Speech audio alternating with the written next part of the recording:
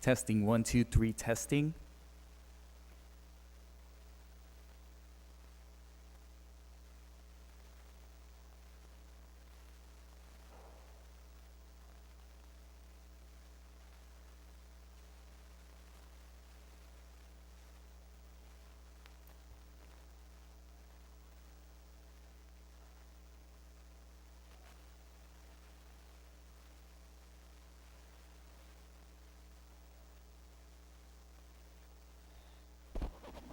Testing, 1, 2, 3, testing.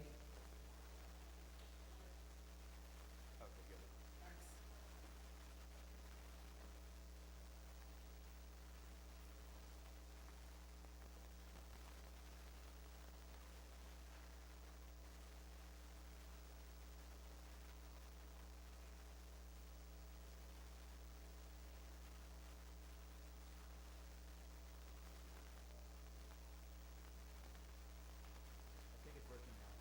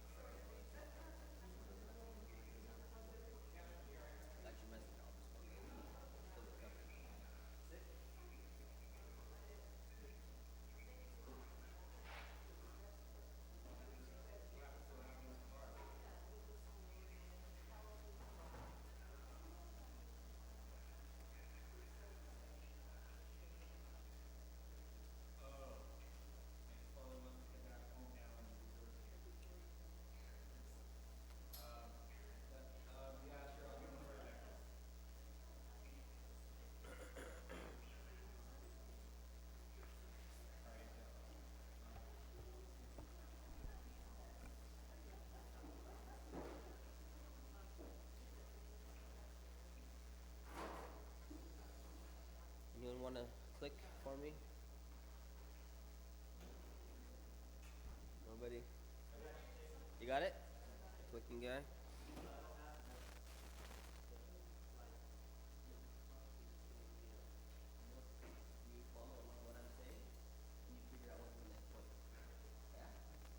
You do it? Yeah, right arrow forward, left arrow back. Like your browser.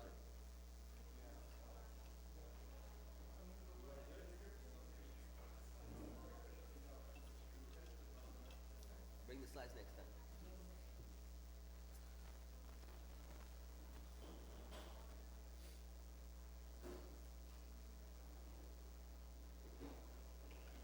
Who drove here? Did you drive?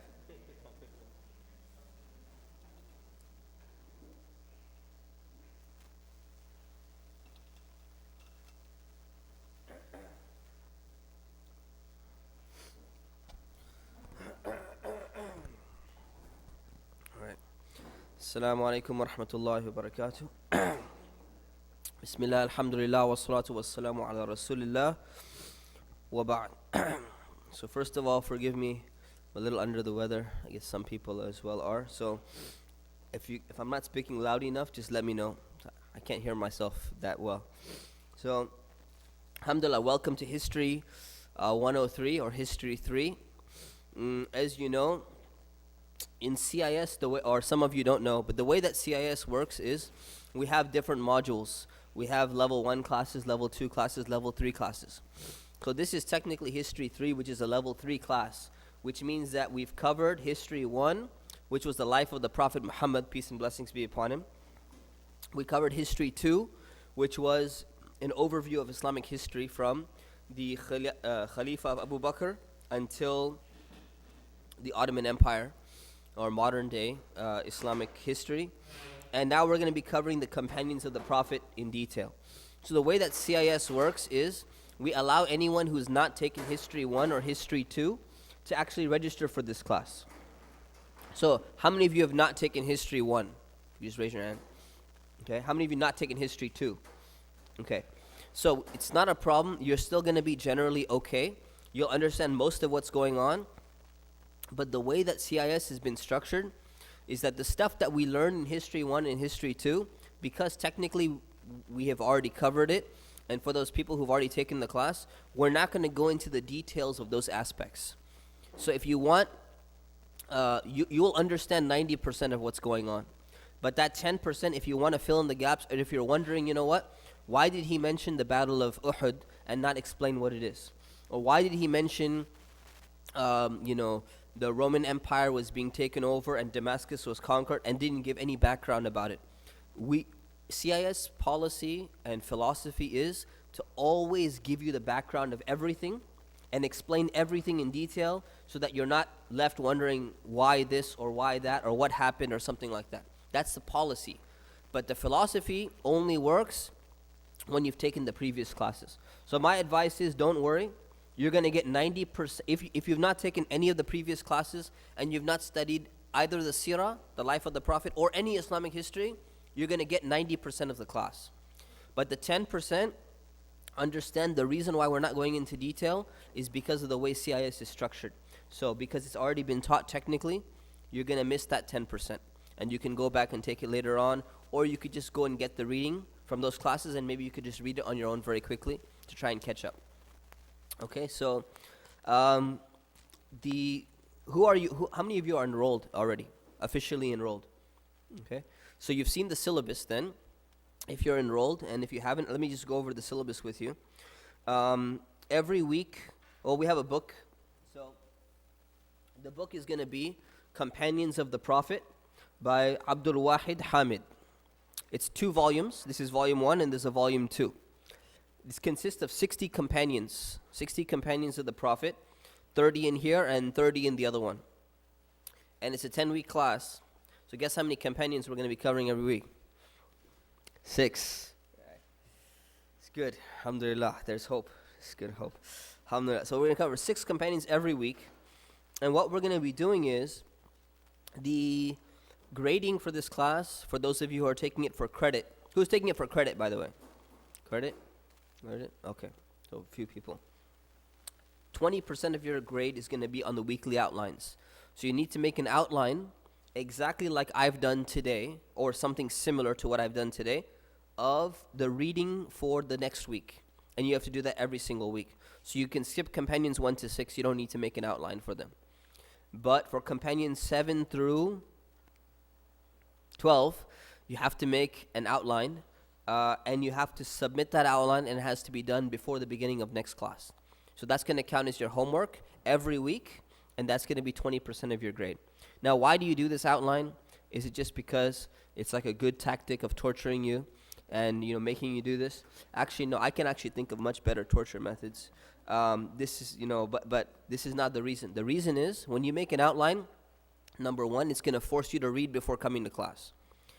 Number two, it's going to develop a structure of the life of the companion in your mind, so that you can actually start processing what lessons you can learn, and you can recall what this companion, major incidents from their life with ease when you've made a structured outline.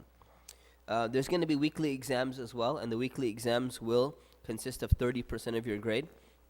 They're going to be short answer essays. So I think people like essays more, right? So yeah, alhamdulillah, I think everyone enjoys essays more. So we're going to go ahead and make them essays. And then we have a final exam, which is going to be worth 50%. Okay, so pretty straightforward. 6 companions a week. We're going to cover all the companions, inshallah ta'ala. Okay. In the syllabus it said what? Did it say 50 in the syllabus? You mean the final exam percentage? Where does it say that? I'm looking at the syllabus right now. Where it says 50? No. Maybe in the old online, maybe it said 50. But on the website it says 50? Okay. So we added 10 bonus companions in there. Special deal for you, inshallah.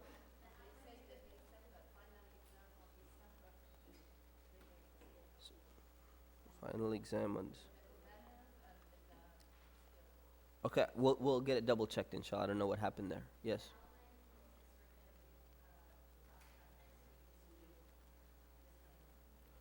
I can't hear you. You have to speak louder. Yes. It's due next week, yes. Before the class, yes.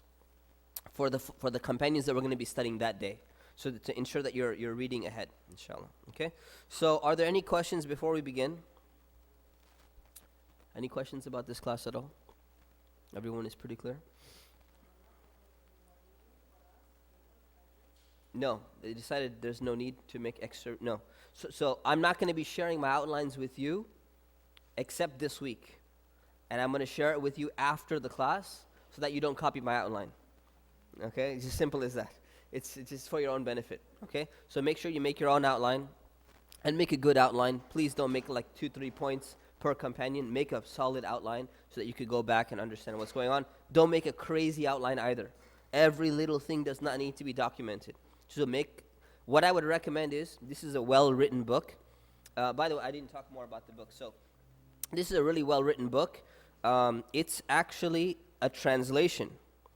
It doesn't say that it's a translation, but it is a translation primarily of a book called Suwar min Hayat al-Sahaba. So he mentions that it's one of his sources, but actually he pretty much copied, the entire book. It's just like literally a translation of the book, almost word for word. But it's a great book, and so alhamdulillah, it's written very well. So I would recommend like at least a bullet point per paragraph. Because well structured, it's in paragraphs. So if you're doing an outline, probably one paragraph deserves at least one bullet point, maybe 2 at most. Okay? That's the way to help structure your outlines, inshallah. Yeah. No, only for the first class. Only for the first class.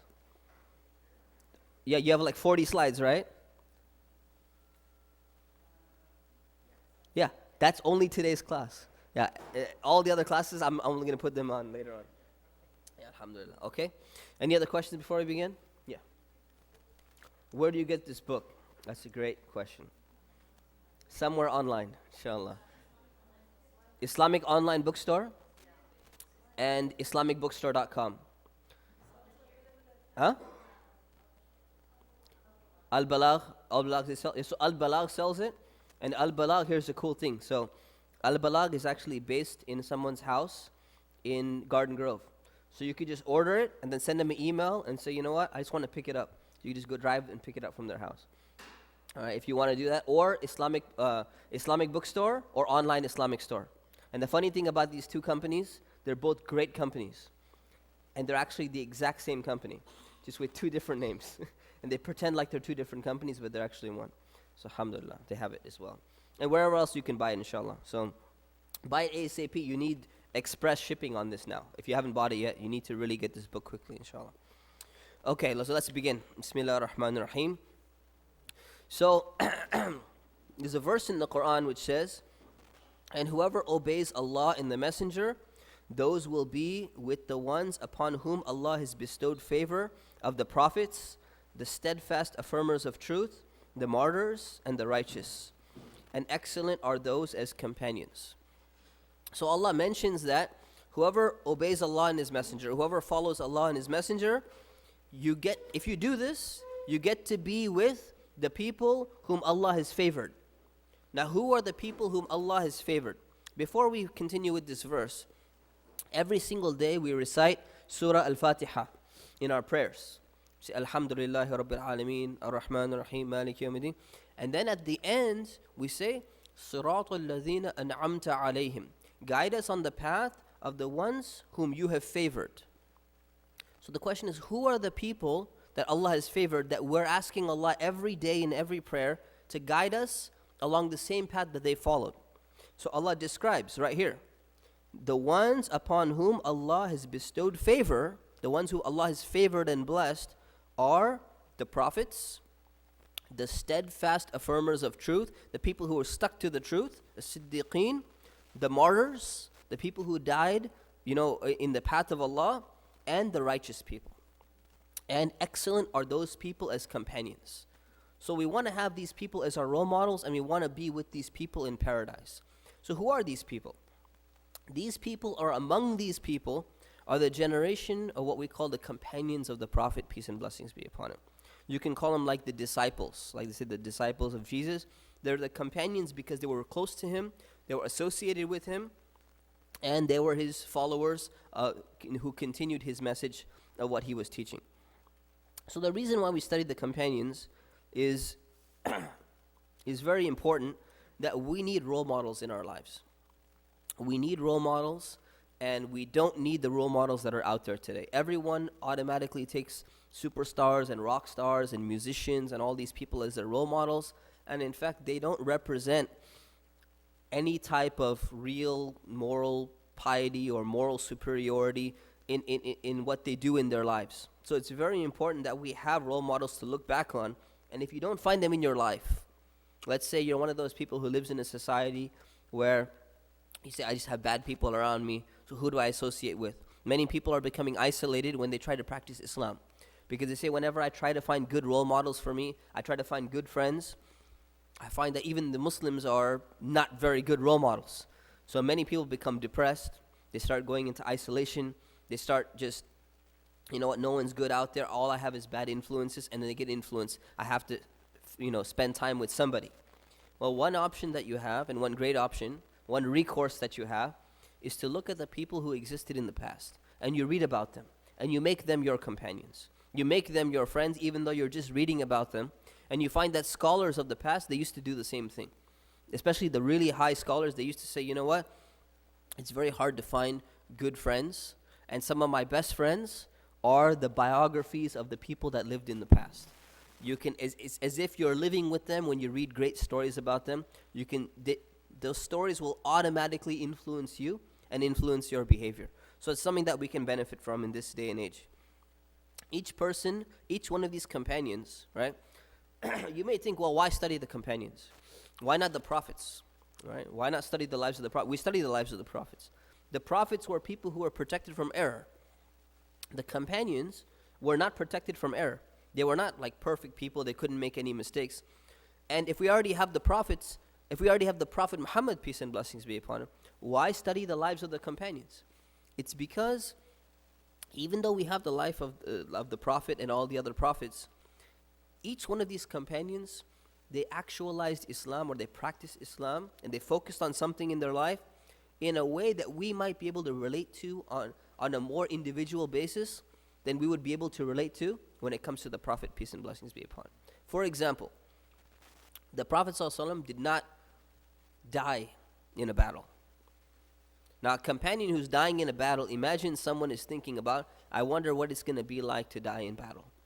And you can't have the exact same experience that the Prophet ﷺ had, because he didn't have that. So therefore, you have another companion who actualized, or who practiced, manifested Islam in his lifestyle while undergoing that test or that trial. The Prophet ﷺ came from a pretty noble family. So you say, well, I cannot directly relate to exactly that. But then you find a companion who came from slavery, who came from a very poor family, who came from a distant past, or who came from like a different way of life. You can relate to that person, and you can see how Islam transformed them, and you might be able to have a little bit more in connection with them. Even though they're practicing the teachings of Islam, you establish a better connection with them so you can learn lessons from them. So this is among the reasons why we study the lives of the companions. Okay, we talked a lot about other things about why it's important, why the companions are important. We covered that in the hadith class. We're not going to overlap because there's just so much to cover. There's a lot more we could say about companions, but because we need to really move a little bit faster, we're going to just leave that for those people who took that class. Okay, let's begin with the first companion we're going to be covering, Mus'ab ibn Umair. Mus'ab ibn Umair, Mus'ab is with a sad. Okay, it's with a sad. Ibn Umair, the A is a Ain. You can check the transliteration. So Mus'ab is a very interesting figure. His background is he grew up in luxury. This is a guy who grew up in Mecca.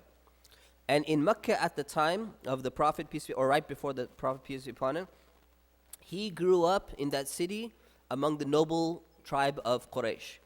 And he grew up wearing the best clothes. He grew up wearing the nicest perfume. He was like one of the spoiled kids among the noble family, the elite family members. And he used to wear nice shoes, special imported shoes, imported cloaks, everything. So imagine there's always that one person in the community who's really stylish. They're wearing like all the brand names, and they know about this Dolce & Gabbana and this Armani, and really, really spoiled person. All right? And they're dressing the nice. All the girls are looking at this guy, or let's say the guys are looking at this girl, and they make themselves up really nice. This is Mus'ab ibn Umair. This is the way that this guy grew up. Okay, extremely popular. Everyone is fond of him. He is like a role model for the youth of his generation, because he grew up that way. And not only was he was not just a materialistic person though. He was a person who had all these luxuries, but he was actually very intelligent as well. So as a young man, he used to be invited to the small gatherings that the Quraysh tribe used to hold. Now, not everyone gets invited to these gatherings. Usually, think about a tribal society. What kind of people get to be in that gathering of the elders? Only elders, right? That's why it's just like an elder gathering, right? You don't have young people joining that gathering. Mus'ab was one of the exceptions to the rule. Why? Because he was actually very clever. He was from a noble family, but he was very intelligent, very clever. So the people of Quraysh, they used to invite him to have him sit with the elders as well and discuss on some of the very important issues of the day. And this shows you that he's a person who, is not only respected for his wealth and his nobility, but also for his intelligence. So he used to get invited. He grew up like this. Imagine you're growing up in a aristocratic family. You're growing up in, among the leaders of the Quraysh. And obviously, while growing up, one day, or one of these days, he started hearing news in Mecca that this man, Muhammad, was claiming to be a prophet. I want you to think about the scenario, the time frame which we're in, right? What year are we in? For those of you who took the previous history class. 610, right? So we're in the year 610. And Mus'ab is sitting in one of the gatherings of the Quraysh, mostly elders, who are making very important decisions about what's going on in the community. What are the things that are taking place? What's going to happen at the next trade fair when people come for pilgrimage? What are we going to sell them? How are we going to receive them? How many camels are we going to sacrifice for them? And then all of a sudden, this hot topic comes up. Have you guys heard that this guy named Muhammad, or this Muhammad, they know who he is, he's claiming to be a prophet. So Mus'ab is there, he's hearing about the prophethood of the Prophet, peace be upon him, and they find that, his message is starting to spread among people. So we need to do something about it. So Mus'ab is there. In the gatherings, there are many critics who start talking about, we need to silence this guy. We need to stop this guy before his movement starts spreading. People are abandoning our idols and we need to put a stop to this. So what does Mus'ab do? He's an intelligent person. He decides, I want to investigate for myself. I'm not just going to sit in this tribunal and then make a decision on somebody who I already know. He's known as Al-Amin. He's the trustworthy. I need to figure out what this guy's really saying directly, rather than just hearing it from sources of propaganda or secondary sources. So what does he do? He goes to Dar al-Arqam. And Dar al-Arqam is the place of one of the companions, Al-Arqam, who had accepted Islam. He had given his house, which happened to be near the Kaaba, where the Muslims used to gather, and the Prophet used to go and gather with the companions and teach them the Quran in secret. It was a very secretive place. So Mus'ab figured out through his connections and his research where this Dar al-Arqam was. It was not known to anyone except really the Muslims, because it was secret. So first of all, Mus'ab, what did he do? He didn't just all of a sudden say, okay, I'm going to go figure it out. He went and did his research. He went and talked around to people, and he found out where this secret Dar al-Arqam was. That takes a lot of effort, actually. And it's kind of dangerous too, because if somebody finds out that you're inquiring, they're going to ask you, why are you inquiring? So not an easy task. So he figured out where Dar al-Arqam was, and he went there, and he met with the Prophet in secret. Right? So then he started, why would he do this? Initially, he probably just had a curiosity. He doesn't know anything about Islam. He doesn't know what the message is. There's no signs of him, rejecting idolatry or trying to protest it or anything like that.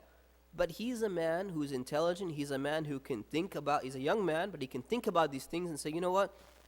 I need to hear directly from the source before we go and boycott somebody, before we make a decision, of judging somebody. So he goes and does this investigation, goes to the Prophet, and finds the Prophet and asks him, what is Islam? The Prophet, peace be upon him, starts reciting verses of the Quran to him, explaining to him what is Islam, welcoming him into the gathering. And in the first meeting, Mus'ab ibn Umair accepts Islam.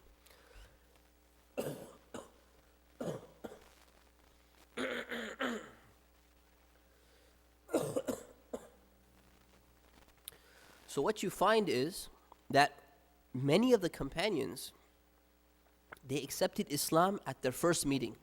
This is a very important lesson, actually. The lesson is, you might think, in today's society, in Western society, whenever somebody comes, when they ask you about Islam, and you tell them about it, you want them to make sure that they're committing themselves properly, right? You want to make sure that they've read some Quran, they've read about the Prophet, they understand what they're getting themselves into, because that's the type of people we are today. You find a lot of people that when they're a little bit gung-ho, they kind of enter into Islam, and they don't understand really what they're doing. You find that they potentially leave Islam, or they stop practicing this. I kind of jumped into it, I got into it. So my advice to people nowadays is that before you all of a sudden tell someone, just give them the shahada and say, okay, declare la ilaha illallah and you're a Muslim because you're ready for it. Make sure that they really understand what they're getting themselves into. Make sure that they understand what Islam is. But the question is, why didn't people like Mus'ab ibn Umair, why did they just jump into Islam all of a sudden? It's not because it's wrong for someone to jump into Islam. It's because the people who lived at that time were very different from the people who live in this time. The people at that time, the more we learn and the more we study the lives of these are people who they may have made quote unquote quick decisions, quicker than we're thinking about it. I'm going to sleep on it. I'm going to think about it for a few months and all of that. Even when they made quick decisions, because they were people who, when they were convinced of something, they go 100%, they go all the way. And they don't back down and they don't hesitate and all of that. When you come from a society that's more quote unquote civilized or developed with all the different sciences and philosophies and all of that stuff, you find that people are very hesitant in everything, right? They second guess themselves in every single thing that they do. These are people who, they're coming from a civilization, they're coming from Mecca, they're not Bedouins in the desert, but at the same time, they're fairly simple people. When they're convinced about something, they go all the way. And you don't find them backtracking their steps.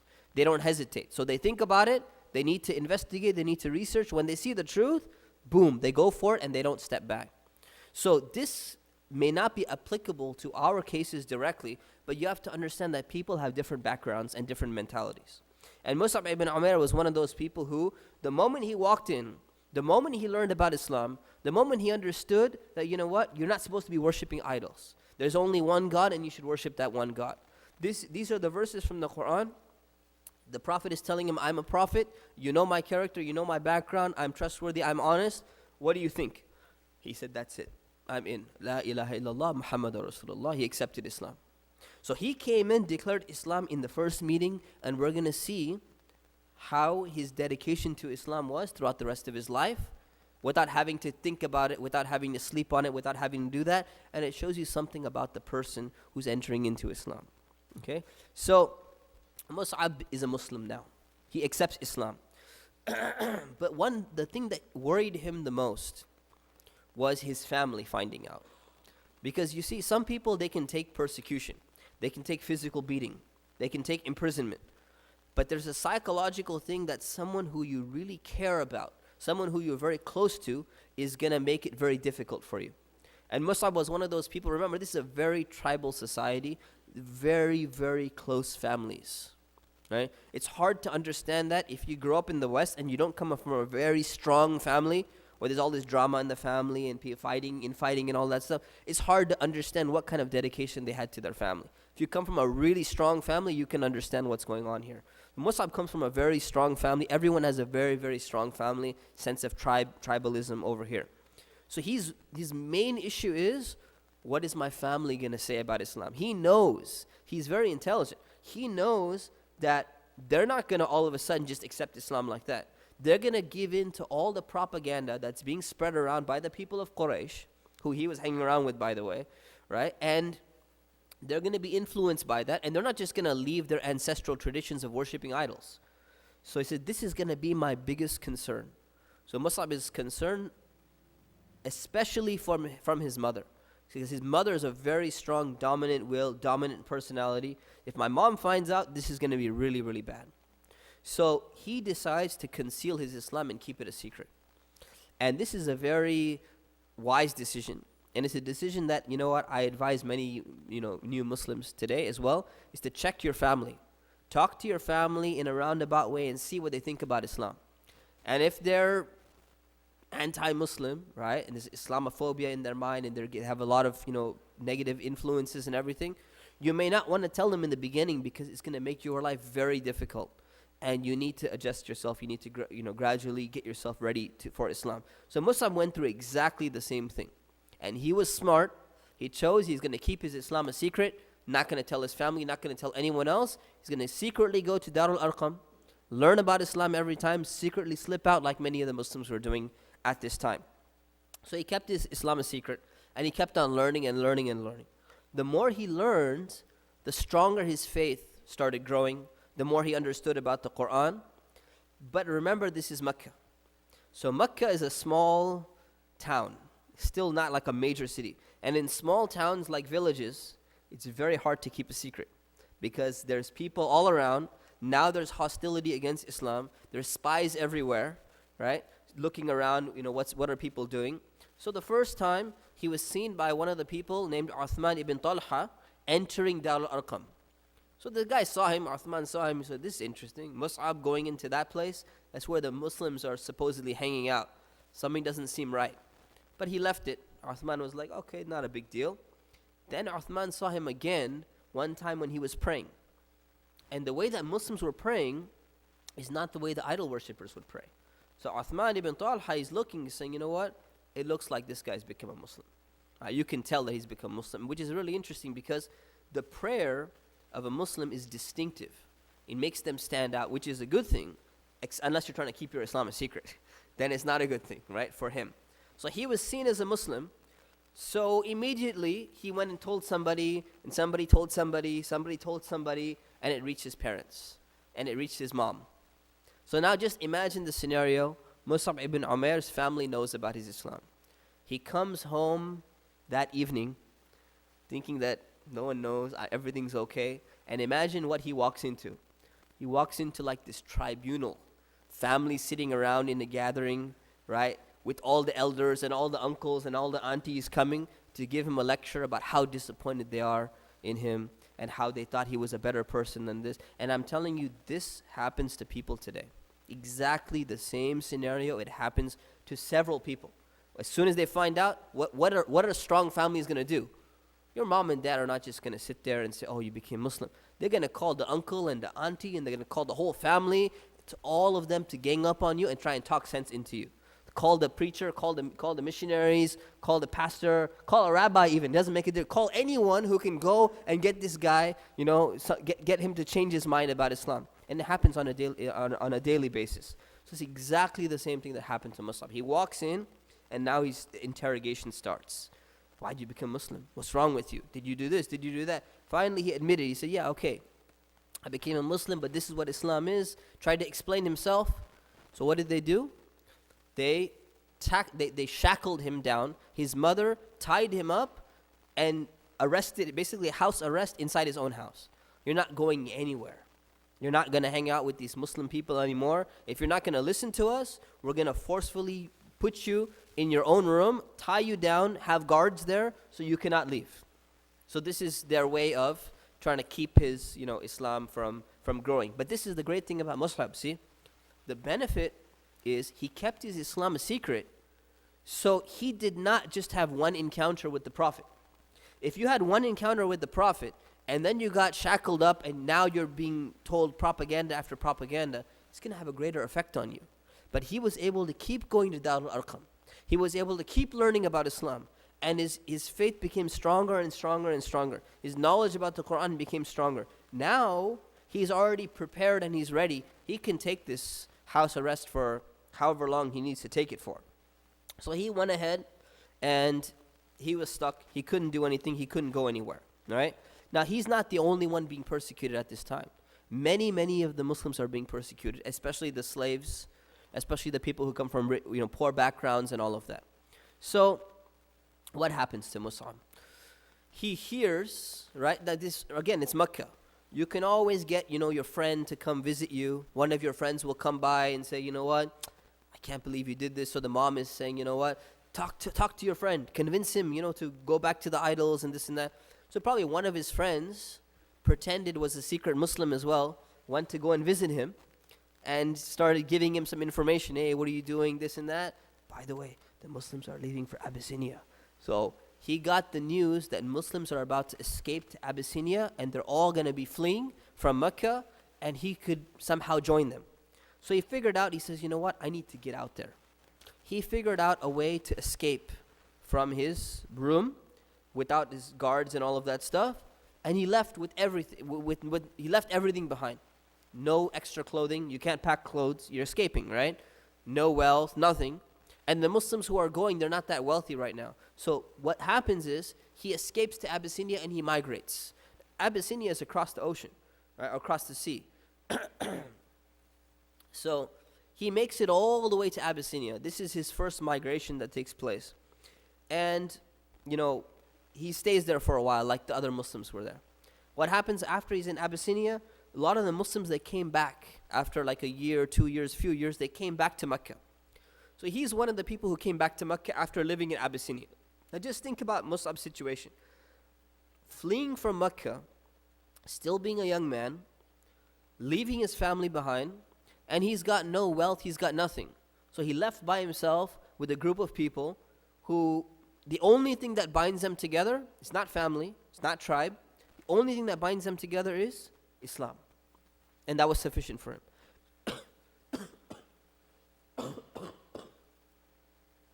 traveling hundreds of miles all the way over. So extremely, extremely difficult. And if you study what happened in Abyssinia, you look at the circumstance and everything, you'll understand better what he went through. So he goes back to Mecca, right? Because there was a rumor that, the situation in Mecca had changed. He decides to come back like many of the Muslims. So when he comes back, he he meets his family again. And then his mother comes and says, you know what? When she sees him, I'm going to imprison you again. You need to leave Islam right now. Otherwise, we're going to do the same thing to you. But this is not the same Mus'ab anymore. This is a guy who, he changed when he became a Muslim. He continued to change while he was learning in Darul Arqam. But now, when you undergo life experience of traveling with no money, with nothing, almost no place to live, you've survived outside of your own household.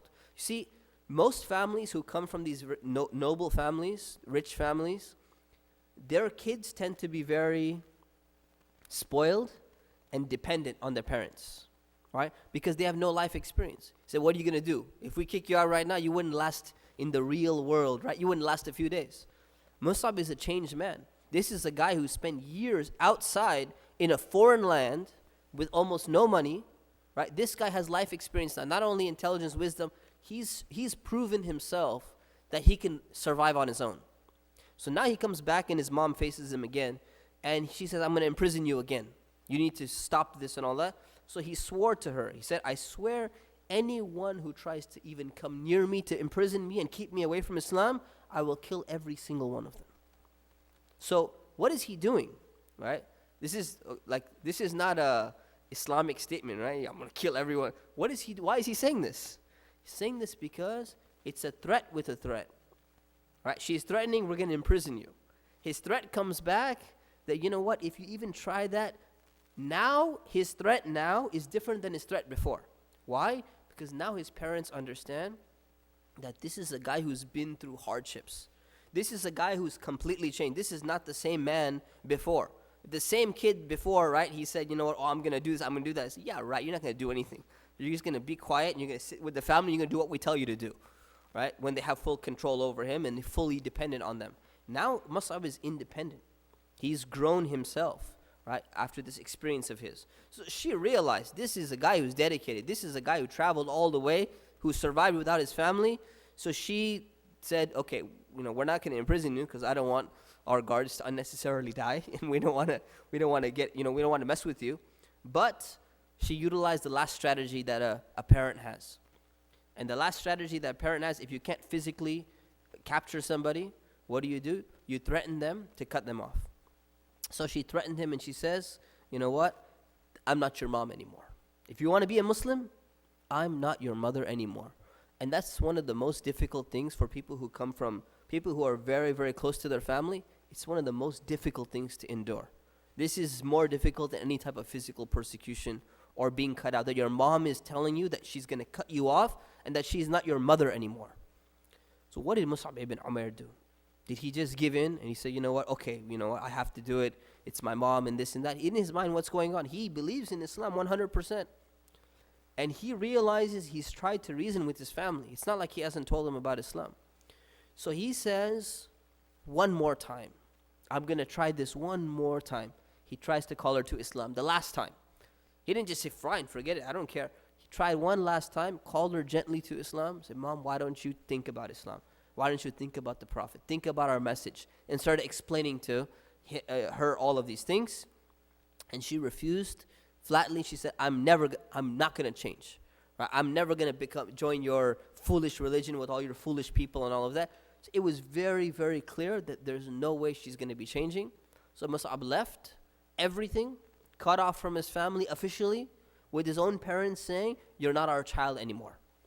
But for him, Islam was number one in his life. Nothing else mattered. So he went ahead and made that decision. And it's not a decision that he made, right? So you know what parents will do is they'll say, you know what? You're making this decision. You're the one who's choosing to cut off. And actually it's not. He's choosing to be a Muslim. It's the parents who are choosing to cut him off. And he understood that. He didn't let the emotions get the best of him and think that it's the other way around. So he accepted Islam, he chose the Prophet, and he remained a Muslim. Now, this is something that years later, just think about a few years later, after the migration, the companions saw Mus'ab. So imagine what happens when your family cuts you off, right? And you're not like a independent, skilled person where you grew up, working on the field, you can earn your own way. You're a noble person, used to sit in gatherings and all of that, and now you're basically kicked out. There's not that many job opportunities for what you used to do, right? What did you used to do? Sit around with noble people, sipping tea or something like that, and making big decisions. And now what happens? Now you have nothing else. So he became very, very poor. Mus'ab became very, very poor. And one time later on, the companions, they saw him. The other companions of the Prophet, they saw him, and they lowered their heads, and some of them started crying just by looking at him. Now, why are they crying? Because they saw his clothes, and his clothes were ripped, holes, pants. He only has one pair of clothing that he had with him. Extremely poor, didn't have anything else, and they saw how his appearance was. Completely poor, ragged, and everything, because he had nothing else. And the reason why they're crying is because they remembered his lifestyle in Mecca. They remembered this guy used to wear the nicest clothes, imported Yemeni shoes, imported Syrian this, Roman this, all of that stuff, perfumes and everything. And they saw, look at this guy, went from riches to rags, and he did all of that because of Islam. Now, when they started crying, the Prophet ﷺ, he was present among the companions, and he saw them, and he saw that they were crying and they were looking at Mus'ab ibn Umair. So he looked at him, and when he saw that, he made a statement. He says, yes, you guys are right. I've seen this man in Mecca, Mus'ab, where no young man was like him, in the sense that no one wore better clothes, had finer things, but he left all of that for Allah and His Messenger. So the Prophet ﷺ is basically saying, I'm pleased with him. He's a great example for everyone. This guy gave up everything for Islam, and there was no other choice for him, and he chose Islam. So it shows you what kind of sacrifice Mus'ab underwent. So because of his experience, because of everything that he's been through, when the time came that the Treaty of Aqaba, or the Pledge of Aqaba took place, which is a pledge where people dedicated themselves to Islam, the Prophet, peace be upon him, from Mecca, wanted to send a teacher to the city of Medina, at that time known as Yathrib, to teach the people. And this was an extremely important mission, right? Why is it such an important mission? It's because when you send this guy to Yathrib, right now Islam was being persecuted so badly, they're looking for what? They're looking for not a place, a what? To relocate to. They're looking for a home base for Islam. Mecca's not working anymore. They need to move. So first they tried to go where? Abyssinia, technically. Taif, right? Tried to go to Taif, didn't work out. So now they're trying other places, talking to other tribes. Yathrib is an option. Yathrib is looking really good right now. You need to send a really intelligent, dedicated person who's going to go and teach the people of Medina. So who does the Prophet ﷺ choose? He could have chosen Abu Bakr. He has Umar. He has Uthman. He has Ali. He has so many amazing options. And this is a very, very important mission. Who does he choose? Mus'ab ibn Umair. Why would the Prophet ﷺ choose someone like Mus'ab?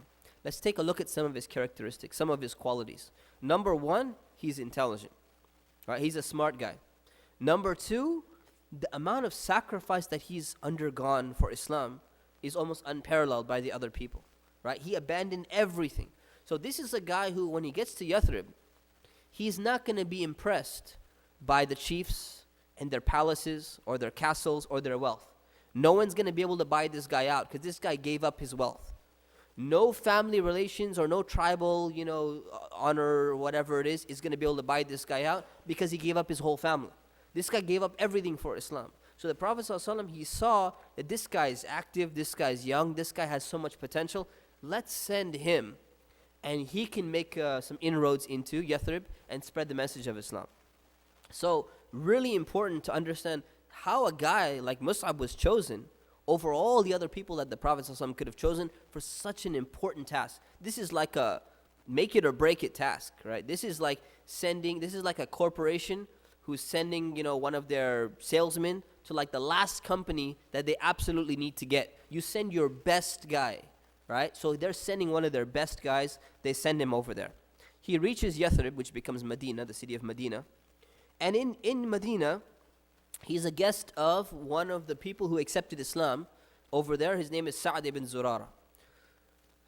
So Sa'd ibn Zurara and Mus'ab, they team up together. So remember, Mus'ab has no home, right? So he's a guest now. He's living with somebody else. And every day, what are they doing? They go together to people's homes, and they start talking to them about Islam, knocking on the door and saying, hey, you know what? I want to tell you about Islam. I want to tell you about this man, Muhammad, who's a prophet. He's living in Mecca right now. You need to know about this man. Then they would go around to people's gatherings. This is remember, tribal society. People used to sit down in different gatherings. They're sitting down, having lunch together, having this gathering, almost like a little coffee shop. So they're going to these little cafes, basically, where they're sitting down and doing whatever they're doing. And he starts talking to them about Islam, both of them, talking about Islam. And they would openly start having like a little place and just start talking about Islam, reciting Quran. People would gather around them. So every single venue that they could think of in Medina, they're utilizing those venues for spreading the message of Islam. Something that would be a good role model, a good model for us. See, we tend to just kind of hope people are going to walk into the masjid, right? What is Mus'ab and there's no masjid, but Sa'd ibn Zurara and Mus'ab, what are they doing? They're going around. What venues do we have? Oh, we can knock on people's door and talk to them. They're friendly people. Okay, let's talk to them. Oh, we can go to their gatherings. Oh, they invite us. Okay, great, let's go to their gatherings. So many venues, so many opportunities to invite people to Islam. So one day, Mus'ab and Sa'ad, they're sitting together in a gathering and they're teaching people about Islam, talking to them. So this one guy, who's a very powerful chief, his name was Usayd ibn al-Hudayr.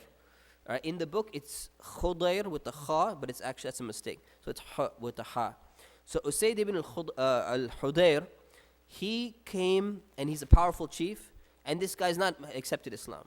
So he got upset. And he comes with his spear, and he's got his weapon and everything, and he goes up to them with rage, really upset, and starts abusing them and making fun of them. Starts talking down to them, you know, who do you think you are coming into our city? Because remember, Mus'ab is a foreigner, right? And this is a new religion. So he's coming, who do you think you are? Why are you coming into our area? So he threatened them. So, if you guys want to, you guys better leave. So this is what he said. So why have you come over here?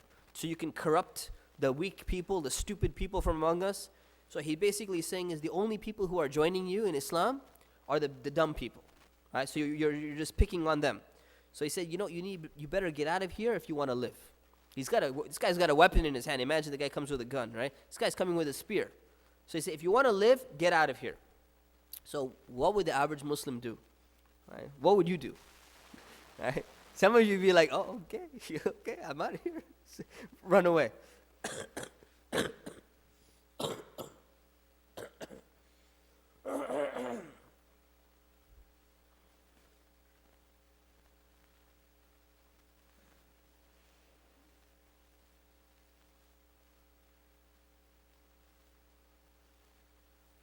So what does Mus'ab do?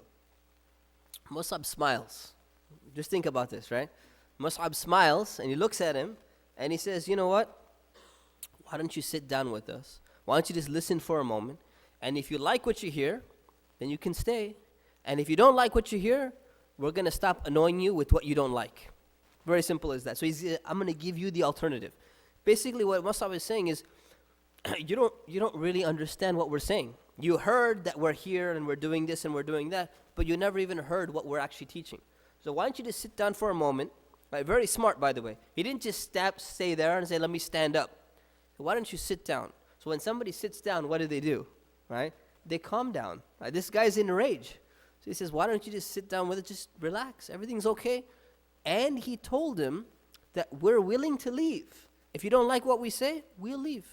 So you'll get what you want. You wanted us to leave? We'll leave, no problem. But why don't you just listen to what we have to say? And if you don't like it, we'll leave. It's very, very intelligent way of approaching the guy. So the guy says, okay, he kind of thought about it. He said, okay, that seems fair. I'm willing to do that. So he sat down And all of a sudden, when he started to hear about Islam, his face changed completely. He realized this, oh, I didn't realize this is what you guys are teaching. This is what Islam really is. So he started saying, what a beautiful message.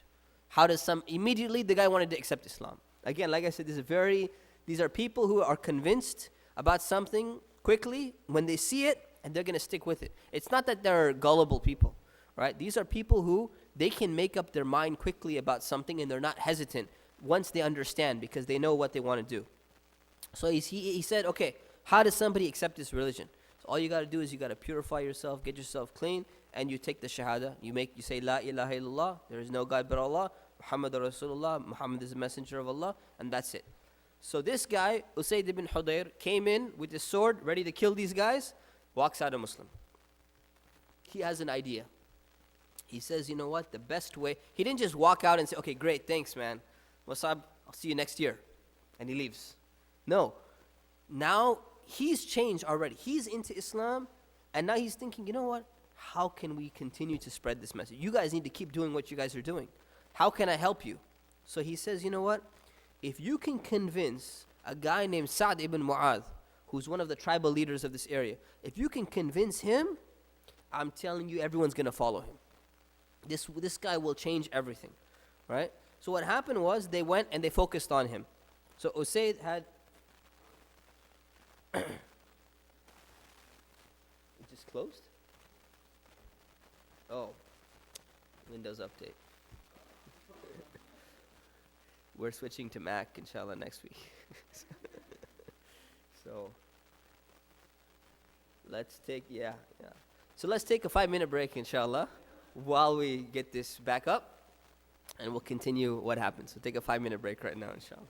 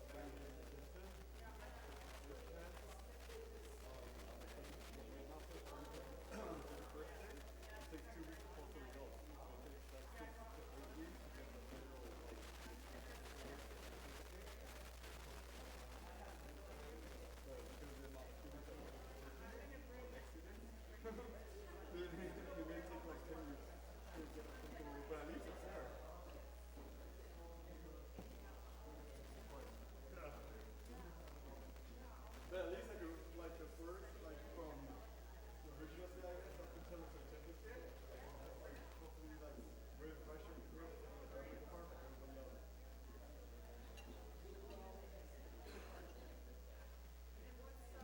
Ahmad. Ahmad, live stream still going on? Oh, okay, it's just the notes.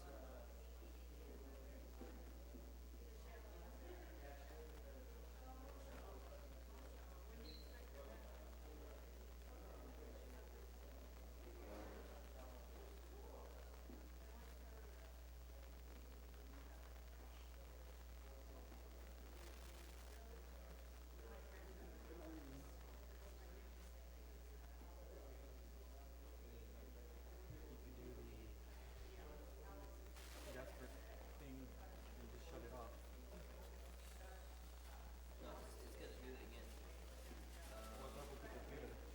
Huh? Do you have the adapter, for VGA adapter for a MacBook?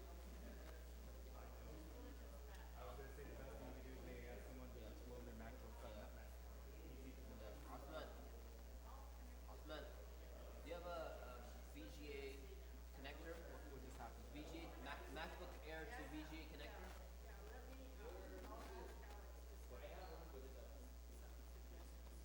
Yeah. It keeps on restarting. You got another PC we can use for notes? In the machine somewhere? You just grab one from the office. Actually, that's broken too. Grab any laptop. Grab some laptop.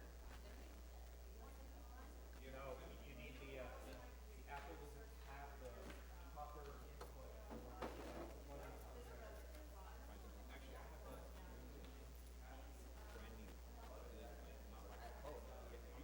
Yeah, yeah, yeah.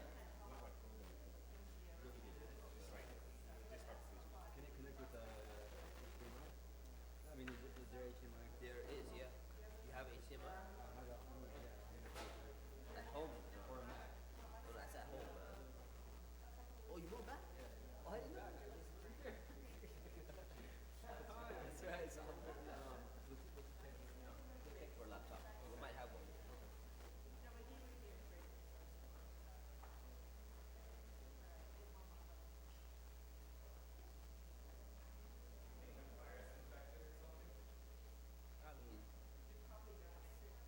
It's going around everywhere.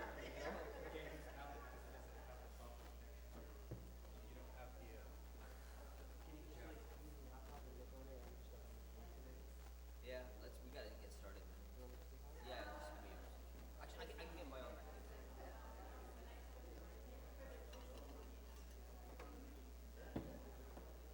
Had to do like a super update right now. It's the worst time.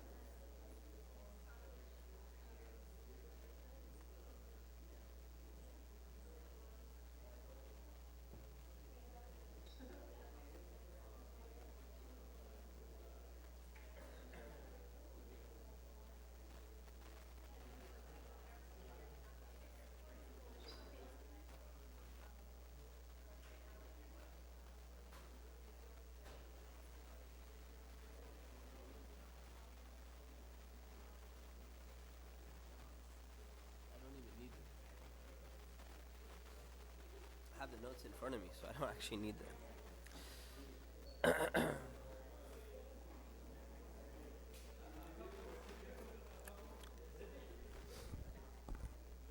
Okay, so we're gonna continue since Microsoft has annoyed us sufficiently for today.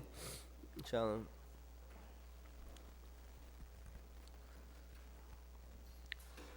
All right, Bismillah ar-Rahman ar-Rahim. So, Sa'd ibn Mu'adh was one of those people who's very influential. And this is just the way communities are. I want you to think about this and how important it is. So Usaid is saying, if you can get this guy to accept Islam, Sa'd ibn Mu'adh, if you can get this guy, everyone's going to follow. And the question is why? Right? Why would everyone else follow? Because what? People are sheep. Oh, chief. Oh, he's a chief. Yeah, yeah. Yeah, and the people are no. The thing is, you know what? Doesn't matter how independent and individualistic people think they are in their society. Other people, there are trendsetters, right, in the community. And when some people do certain things, it's a big thing. So this is exactly what Usaid is saying. If you can focus on this guy, like I know you need to talk to everyone about Islam, but put some emphasis on this guy. If this guy changes, what's going to happen? If you think about certain personalities, what are certain personalities in America that change the way people perceive Islam because of the guy accepting Islam? What's one big figure? Muhammad Ali. I mean, almost everyone knows Muhammad Ali around the world. Very, very famous. Because he's a Muslim, it has such a big effect. The moment you mention his name, you say, wow. What's another big figure? Malcolm X. What's another one? Huh? Cat Stevens, right? Yusuf Islam. Another big one. Is another one? Karim Abdul-Jabbar, we said that, right? Right. Dave Chappelle as well, but most people don't know he's Muslim, right? But when people know that someone is Muslim and is kind of out there, it makes a world of difference. If it's ready, just watch it. So, this is what Usaid is saying. There are some people in society, and Sa'd ibn Mu'adh is one of those guys, that if he changes, it's going to open up the hearts of people. It's going to open up their minds. They're going to start thinking, you know what? If that guy can do it, what is stopping me? And there are people like that in society, and Usaid is making a great point, a point that we should learn from, is that there are certain people in society that people follow. And you should give a little bit extra emphasis on those people because of the effect that it'll have, the far-reaching effects that it could potentially have on the rest of the community. So they reached out to Sa'd ibn Mu'adh. After talking about him, talking to the guy about Islam and everything, he accepted Islam. Another guy, very, very influential, Sa'd ibn Ubadah. There's a lot of Sa'ds here, right? Sa'd ibn Ubadah, he also accepts Islam, and this opened the doors for everyone to start accepting Islam. So because of these guys and a few others, everyone started coming into Islam, at least one person from each family or tribe or something along the lines. Because when the influential people of society change over, you find that it has a great effect on everybody else. A very important lesson to learn. So what happened was, they went and did the second pledge of Aqaba, only 1 year after Mus'ab ibn Umair was sent to Medina. And after 1 year, you find that they go back with 75 Muslims, and Mus'ab ibn Umair leading that group. You find that this is a big number of Muslims for that time. And these are only the ones who are traveling, not the ones who stayed behind. So what you find is that almost every single household in Medina has at least one Muslim. Either it's some boy, and his parents didn't accept Islam, but the son became Muslim, or the daughter became Muslim, or the father became Muslim, and the children are saying, why you do this? Somewhere you have Islam spreading around in Medina, almost everywhere. And because of the fact that Islam spread in Medina, it led to paving the way for the migration of Muslims from Mecca to Medina, which is known as the Hijrah. So technically, Mus'ab ibn Umair is indirectly responsible for the fact that there was a migration that took place. Because if it failed in Medina, there would not have been a migration. There would not have been a Medina. Right? So he had a very, very important mission, and it shows you kind of what role he played. Now, let's take a look at some scenes, some important scenarios in the life of Mus'ab ibn Umair. In the Battle of Badr, he fought in the Battle of Badr, and after the battle was over, they had a bunch of prisoners from the Quraysh side.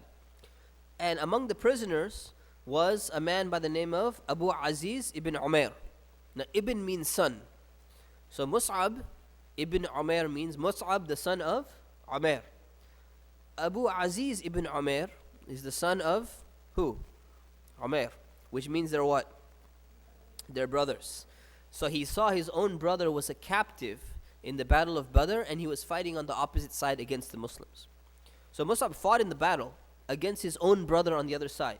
And what you find is, what you're going to find, most of the companions, right, who had accepted Islam, when they were fighting their own family members on the other side. Now, it's bad enough being kicked out by your family, but then having to fight your own family is it's a difficult situation when they're actually going to physically be fighting you and trying to kill you, that's just a whole nother level of psychological challenge, for someone who's attached to their family. So you find that Mus'ab, when he saw his own brother being one of the captives, the Prophet had already told all the Muslims, make sure that you treat your prisoners well. So the Muslims are supposed to treat their prisoners well.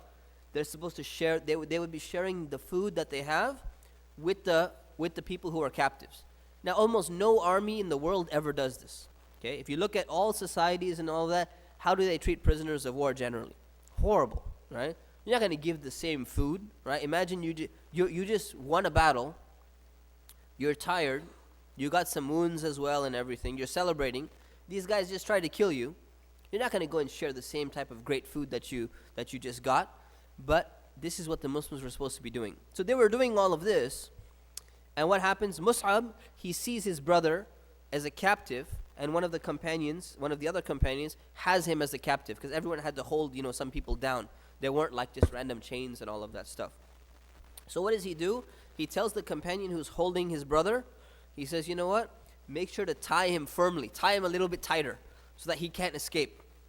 Right? So you need to make sure, and he says, tie him tight because his mom is extremely rich. He's come from a rich family, and she might ransom him, and you can get the money as a ransom for the prisoner. So this guy, his brother, Abu Aziz, looks at him, and he goes, my brother? This is how you're talking about me? This is how you're going to ask me to treat me?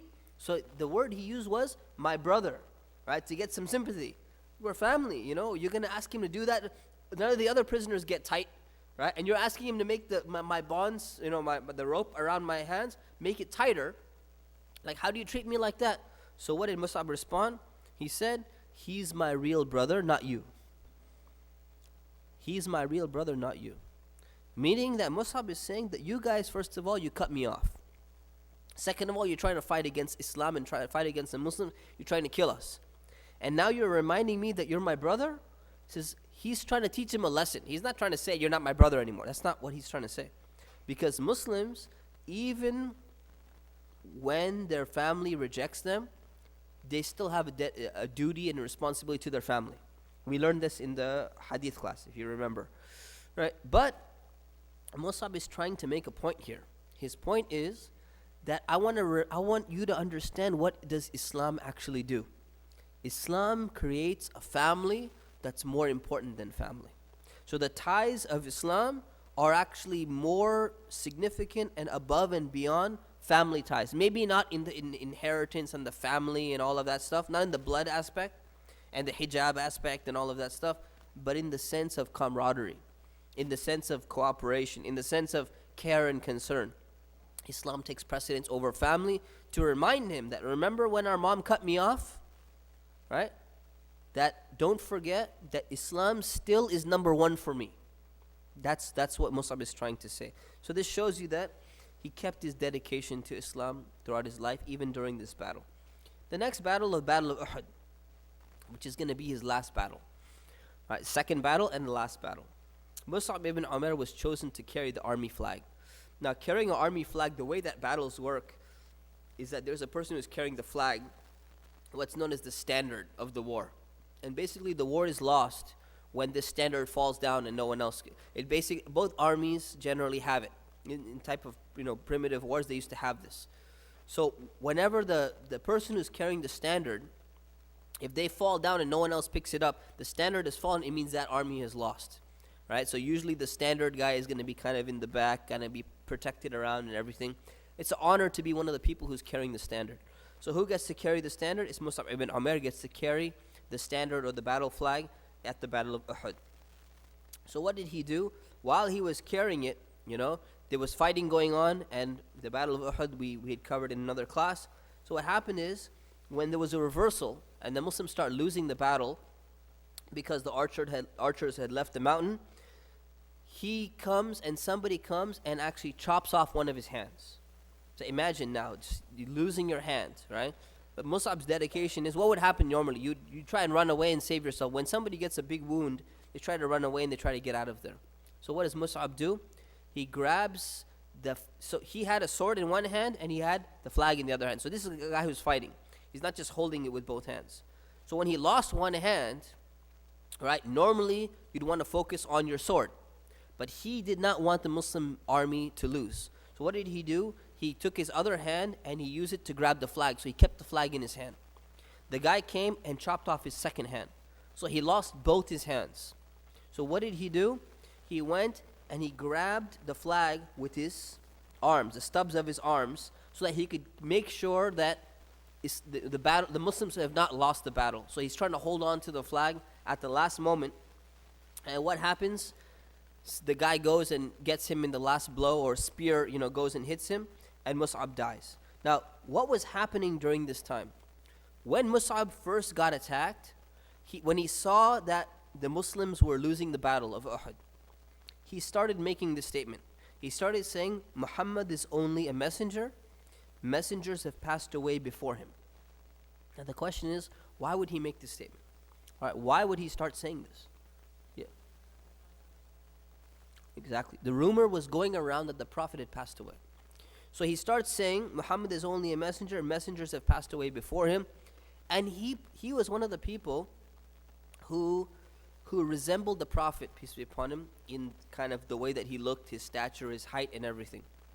So Mus'ab is one of those guys. Why did he get attacked, first of all? Right? Not every Muslim got attacked. The reason why he got attacked is because he started drawing attention to himself. When he realized that the rumor was false, he was near the Prophet. He was not far from the Prophet. When he realized that the people are going after the Prophet, remember the Prophet was injured in this battle, right, severely. He wanted to attract attention to himself in order to avert it from the Prophet, so that people would focus on him. So he tried to get people to go and attack him instead. So when they came, he started, making some gestures or something like that so people can go and attack him, and started going and launching an attack. This is what basically happened. And then he started reciting, Muhammad is only a messenger. Messenger has passed away before him. One of the things he's thinking is that what happens if the Prophet dies today? Imagine what's going through his mind. If the Prophet dies today, Mus'ab knows that, he's not going to make it through this battle. He can see what's going on, and he's got all these people coming to attack him. So he starts thinking, if the Prophet dies, what's going to happen? Now this is something that's very, very important, because even the most dedicated people, you've seen how much dedication he's had to Islam in his life, they have some doubts in their minds sometimes. Something very emotional happens in their life, they can have some doubt hit them and say, it was all for nothing. How could the Prophet have died? Something gets you sometimes emotionally, and many of the companions, it hit them at this moment. If the Prophet dies, then what's the point of Islam? What have we been doing this whole time? How could the Prophet die? How could Islam be eliminated? That everything we did was for nothing. Right? These kind of thoughts can come to people's mind. So maybe this was something that Mus'ab was kind of feeling coming along, and he starts saying this in order to remind himself that his dedication is to Islam. His dedication is to Allah. And if the messenger passes away, it doesn't matter. Other messengers have passed away before him. What we're doing, what we've lived our whole life, all the sacrifices we made is for Allah. It's not about the messenger himself. Right? So he kept on saying this, and he lost the other hand, and he held the flag, and he was speared, and he got killed. So Mus'ab is dead, he's on the floor, and he's gone. Muslims lost the battle of Uhud. After the battle is over, the Prophet ﷺ goes to the battlefield, and the martyrs of Uhud are well known. So he goes around and he sees Mus'ab ibn Umair on the floor. So everyone had some possessions with him. When the soldiers go out, they usually bring something with them, especially things to cover them up, the type of clothing that they were wearing and everything. So they go and they try to cover him up, just to bury him, just to, you have to, what's called a coffin. It's like a white cloth to put around him so that you could bury him properly, and his whole body is covered. So Mus'ab, they tried to cover him. He only had one sheet on, one garment on. They tried to cover his feet, and his head would become uncovered. So they tried to cover his head, and his feet would become uncovered. So this guy had nothing. This guy had lost everything, right? This guy had almost no possessions. This is all he did, right? All he did was for the sake of Allah. So the Prophet ﷺ was deciding what to do. The companions said, what should we do? We need to cover the body before we bury it. So they decided, you know what? We're going to cover the top part of his body, cover his head and his face and everything. And on the bottom, since there's no sheet and there's nothing for him, we're just going to put some leaves. And this is an exception to the rule. Normally, you're supposed to cover the entire body before you bury it. So they said, since this guy has nothing to put him in, we're going to have to just put some leaves on his legs and on his feet in order to bury him. This shows you what a transformation. From being the wealthiest, spoiled kid, having everything in life, to a guy who dies and he's got nothing. He doesn't even have something to bury him with, to cover him up with. So Khabbab was one of the companions. He remembered Mus'ab ibn Umair. And he made a statement. He said, some of us died without enjoying anything of their rewards, meaning in this life. And one of them was Mus'ab ibn Umair. Some of the people died without enjoying anything of their rewards in this life. Now this is a very important statement by Khabbab. Why? Because we talk about Islam being, you get success in this life and success in the next life. So Islam gives you the best of both worlds, right? But Khabbab is reminding, he says, look, this is not for everyone. There are some people who died early. There are some people who died before they were actually able to get those blessings in this world. And he was saying Mus'ab ibn Umair was one of those people. Now, does it mean that Mus'ab's life was a failure? Does it mean that Islam didn't manifest itself properly? No, in fact, he's going to get even more reward because he didn't reap the rewards in this life. But it doesn't mean that his Islam has failed. So when we say Islam gives you success and gives you happiness and gives you comfort and gives you everything in this world and everything in the next life, right? It doesn't mean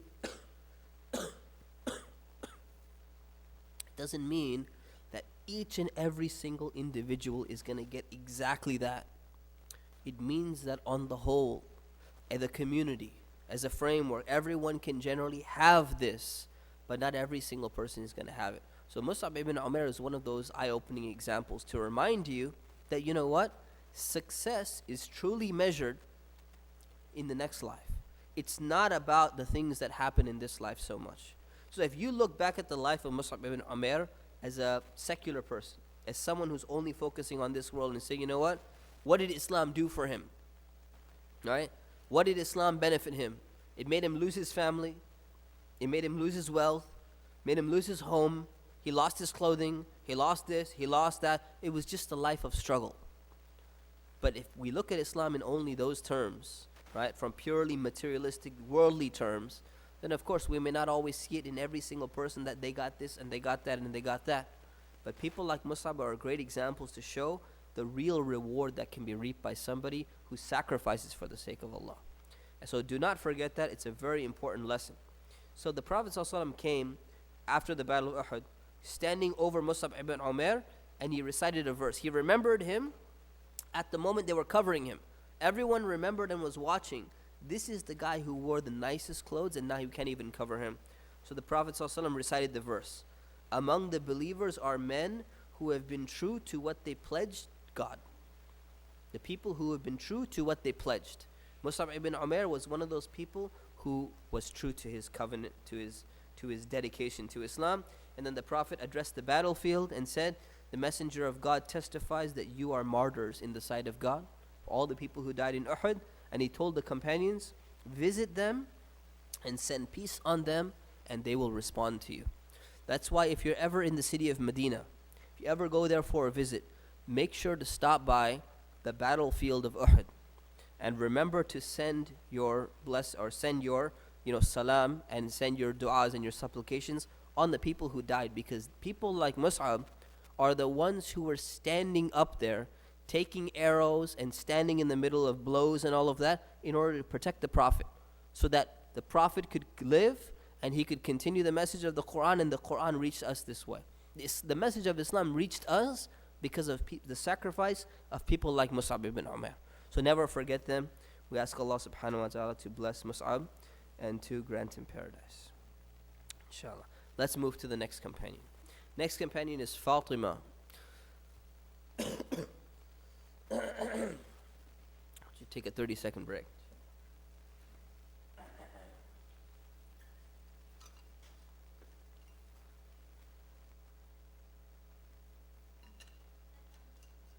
question?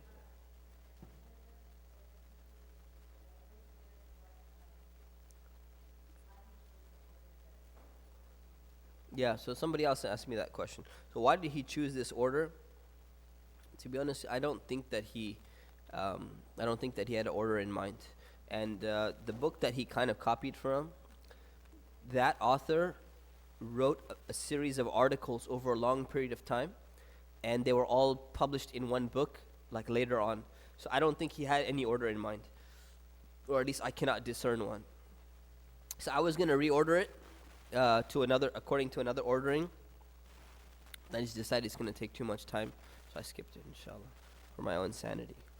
All right. So, any questions about Mus'ab ibn Umair or his story or lessons that we can learn from him? Yeah.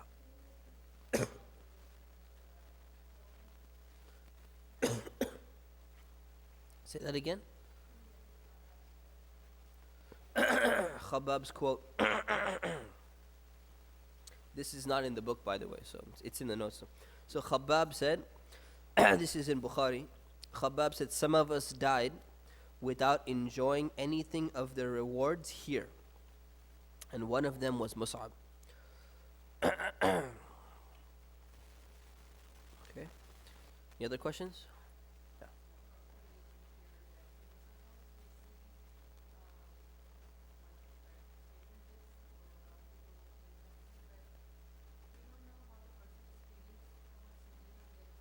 Yes, yes, yes.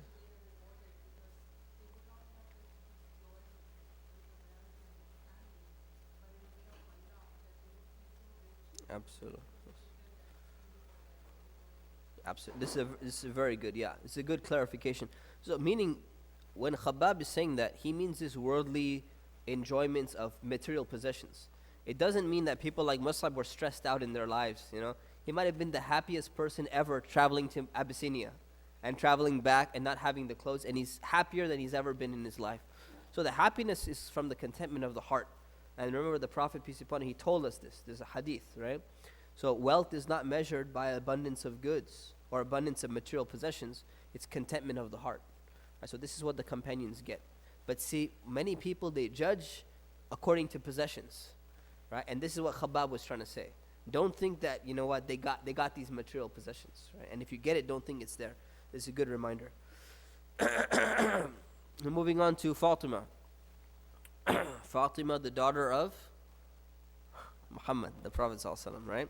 So Fatima was the daughter of the Prophet ﷺ. She was the fifth child of the Prophet and Khadija.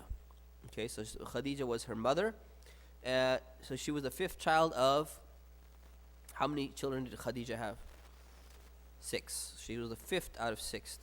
She was born 5 years before the revelation, according to one account. There's actually another account that she was born 5 years after the revelation. But this is probably more accurate. She grew up in a household where there was barakah. Barakah was the name of the servant of the family. Zayd ibn Haritha, we've talked about him in another class before. And Ali. Right, so what is Ali doing in the household of the Prophet? They're not married yet.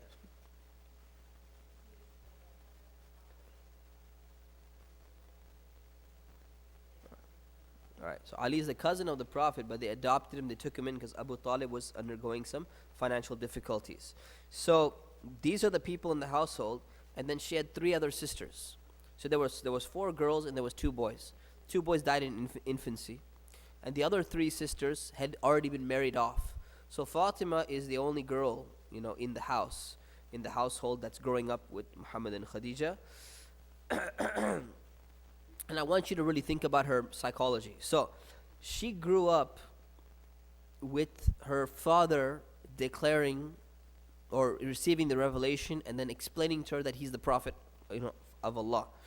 So she used to accompany the Prophet ﷺ during his early days. Now think about what that means, right? Think about your father, you being in the household, and then your father is the one who's the Prophet. He's teaching you, explaining to you, raising you up, with Islam, and you're one of the first people, right? So that's amazing. It shows you how her character is going to be built over time. The other daughters don't have the same experience because they're older. and they've already been married off. So they're already outside the household. They did not grow up, right, with the Prophet having declared his prophethood, having received revelation yet. So Fatima is one of those unique people who's getting this type of upbringing and this education here. So she used to accompany the Prophet ﷺ during the early days, wherever he would go, different gatherings, talking to other people. So obviously you know what that means, right? If you know the background of what happened in Mecca in the early time, all the persecution and the challenges, she's undergoing the same thing. Now imagine what that does to your psychology as a child, that your parents are being persecuted, right? Generally you think that, well, the person is going to become traumatized and this is going to happen, but she's being raised as a believer. So her reaction to this is going to be difficult, but at the same time she's going to be able to deal with it. So just think about the things that she saw with her own eyes taking place. She saw that her father was going into prostration, and a guy by the name of Uqba ibn Abi Mu'ayt and some other guys, they come and they're throwing intestines on top of him. And Fatima was one of those people who actually came and tried to help and called Abu Bakr and all of that and tried to get all this junk off of him. She's witnessing that. Imagine what that does to you, seeing that your father is going through this persecution.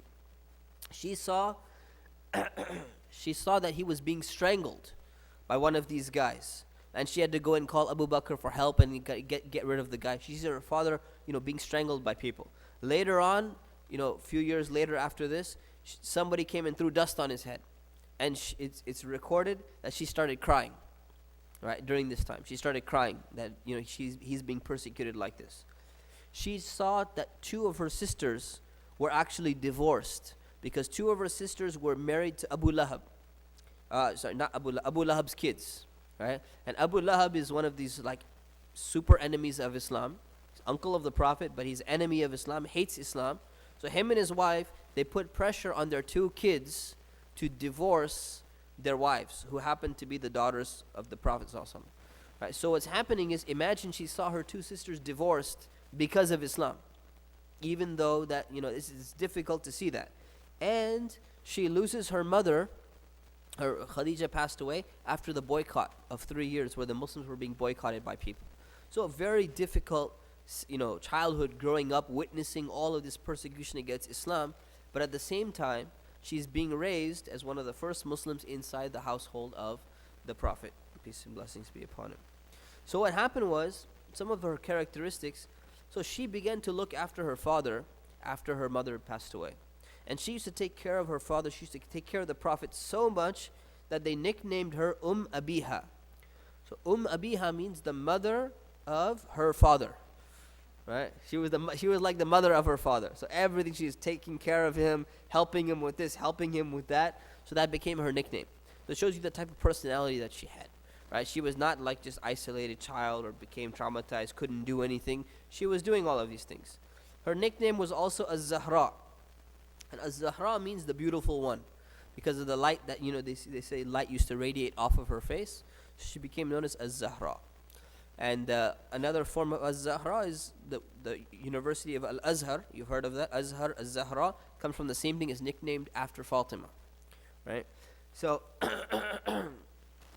Aisha, the youngest wife of the Prophet ﷺ, she made a statement about Fatima. She said later on, "I have not seen anyone among God's creation resemble the Messenger of Allah more in speech, conversation, and manner of sitting than Fatima." So this is very interesting. So what Aisha is saying, and this Aisha was very, very close to the Prophet. She knows every detail about him, right? So she said, "I've never seen anyone resemble, the Prophet more in speech, in conversation, in the way that he talks to people, and even in the way that he sits than Fatima." What does that mean? It means that they were very, very close together.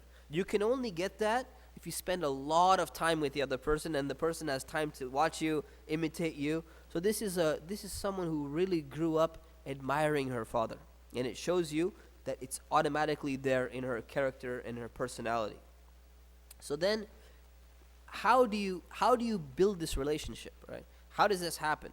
So Aisha is describing some more things about her, so we can understand what kind of relationship they had. So when the Prophet saw her approaching, he would welcome her, he would stand up, kiss her, like on the forehead or something, take her by the hand, and sit her down where he was sitting. Now I want you to think about this. Just think about the scenario. The Prophet is sitting down, they didn't sit on chairs, sitting down with a gathering, talking to people, discussing something. When his daughter Fatima comes, what does he do? He stands up, right? Gets happy, welcomes her, brings her over here, gives her a kiss, grabs her by the hand, come, sits her down exactly in the same place that he was sitting and continues the conversation. Just think about that's what you call, super attention to children.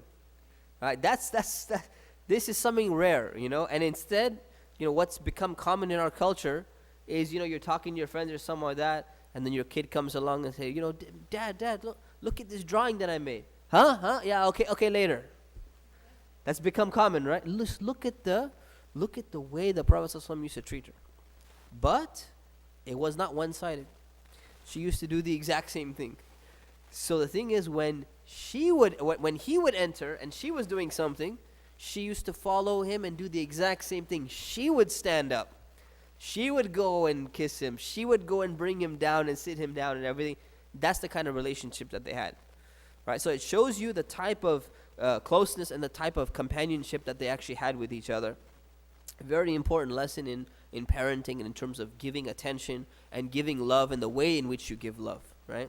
So this is something that Aisha observed, and obviously you can see how it came off on her that they became so close and they had very similar personality. Now, Fatima was known to be engaged in worship a lot. She's one of those people who is always in worship. She's always fasting, or she's always praying, or she's giving in charity. She rarely socialized. So she wasn't a very social person in the sense that her focus was always worship. Even though she's extremely young, we're going to talk about, she's only a teenager right now. So it's rare for someone in their teens, let alone someone in their later ages, to not be socializing in this kind of society, but instead just focusing on worship. That's one of the reasons why she really stood out among the other people, because not everyone can do this. And she was extremely generous.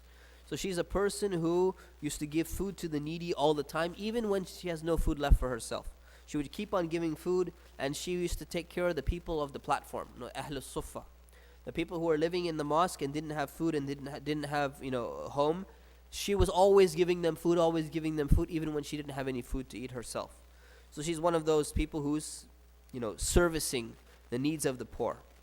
So this is kind of her character. Let's talk about her marriage. So she migrated from Mecca to Medina a few weeks after her father. So the family of the Prophet, most of the family of the Prophet, they migrated after the Prophet had already gone safely, because there was a danger when he was initially leaving, and they had more security over there. So in the year 2 AH, 2 proposals came to her father about marriage to Fatima. So 2 people had proposed, and the Prophet rejected and said, no, you're not going to work out for my daughter. So then what happened? He was looking for someone, really special.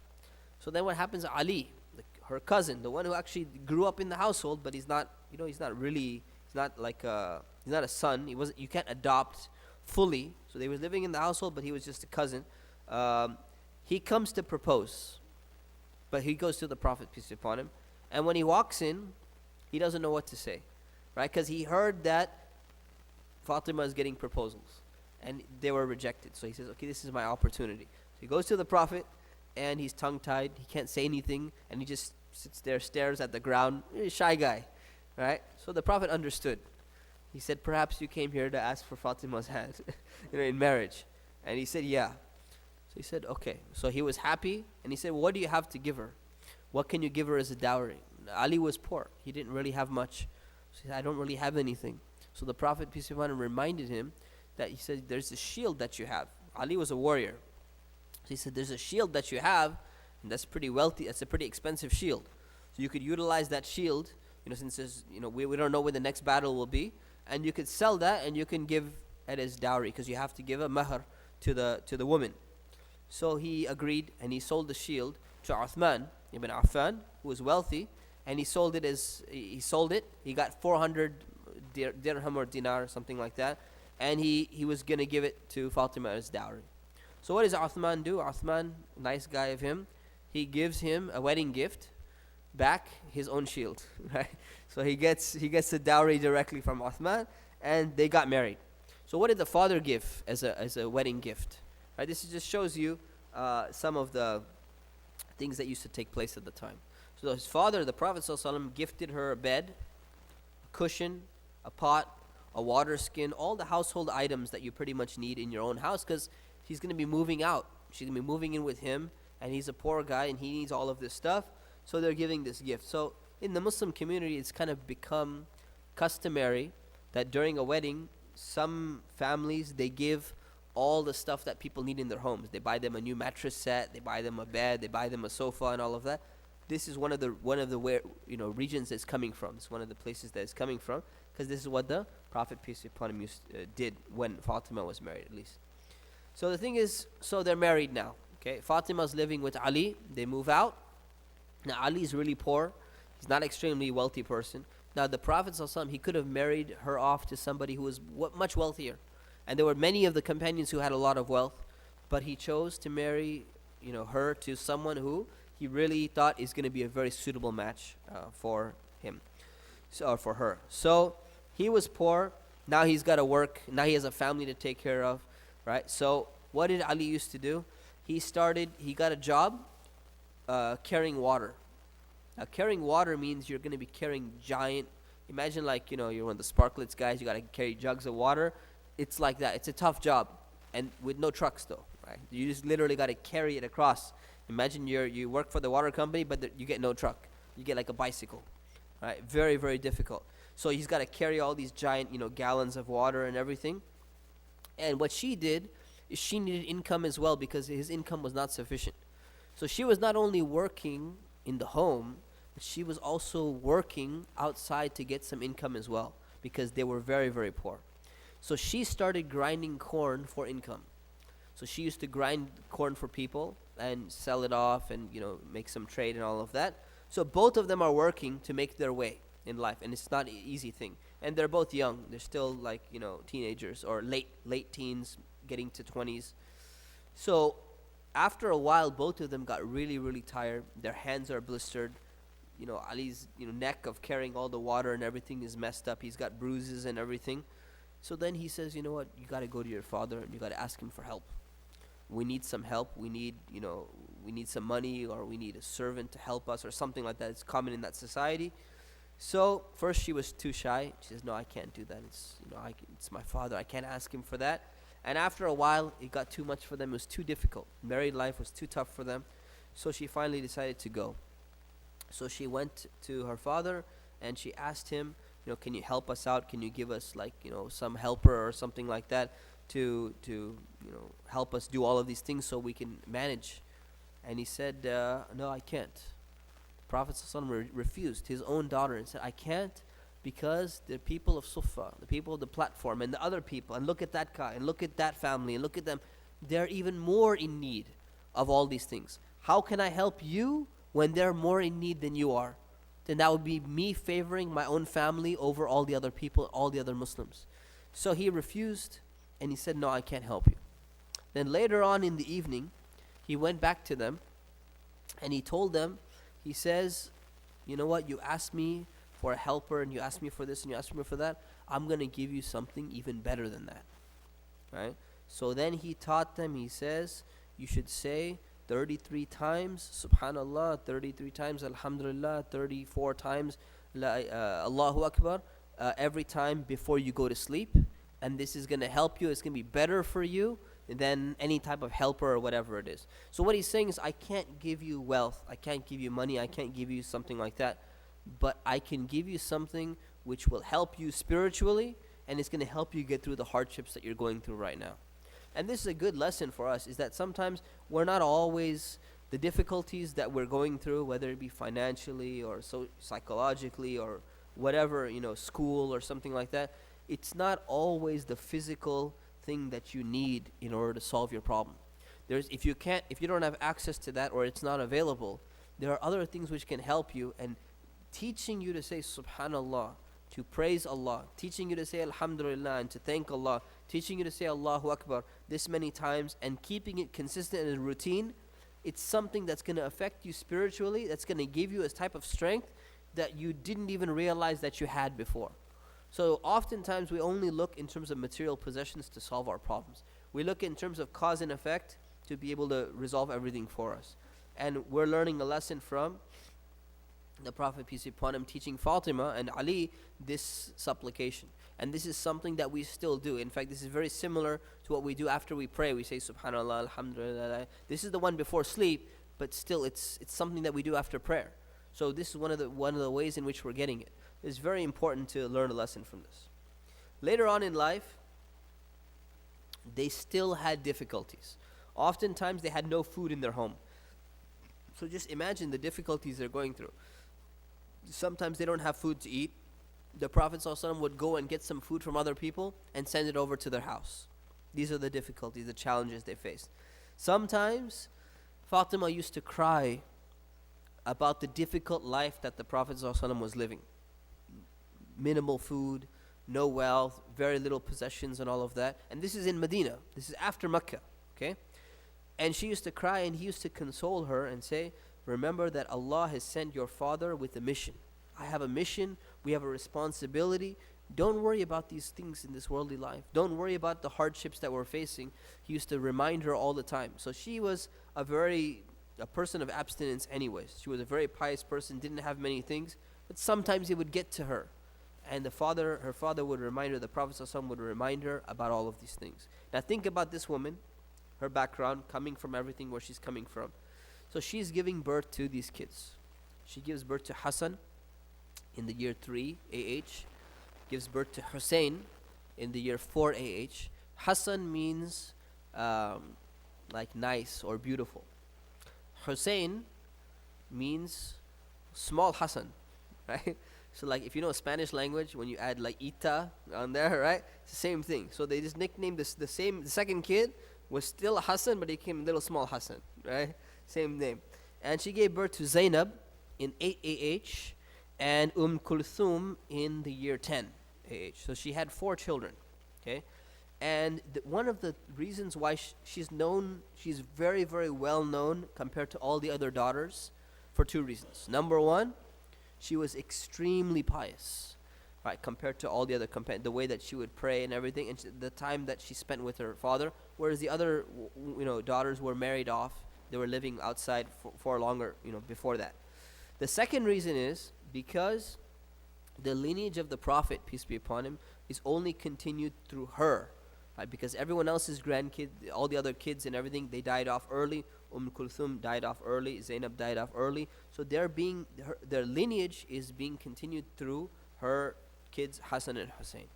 They're very important. We're going to try to cover them as well.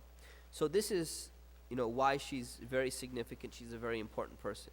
Some of the other things that she did in her life, during the Battle of Uhud, she used to tend to the wounds of the Prophet ﷺ, which means what? Means she went out in the battlefield afterwards, or maybe during even, and after the battle was over, she was taking care of her own father.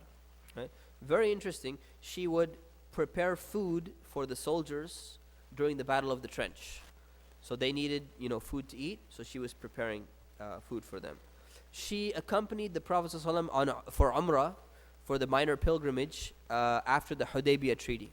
So if you remember when the truce of Hudaybiyah was signed, the Muslims were allowed to go for a pilgrimage the following year, not the same year, they had to go back, but the following year they were allowed to go for a pilgrimage. So she actually accompanied the Prophet during that pilgrimage, right? And during the conquest of Mecca, she actually participated in the conquest of Mecca as well. She went with the army and she was there physically present.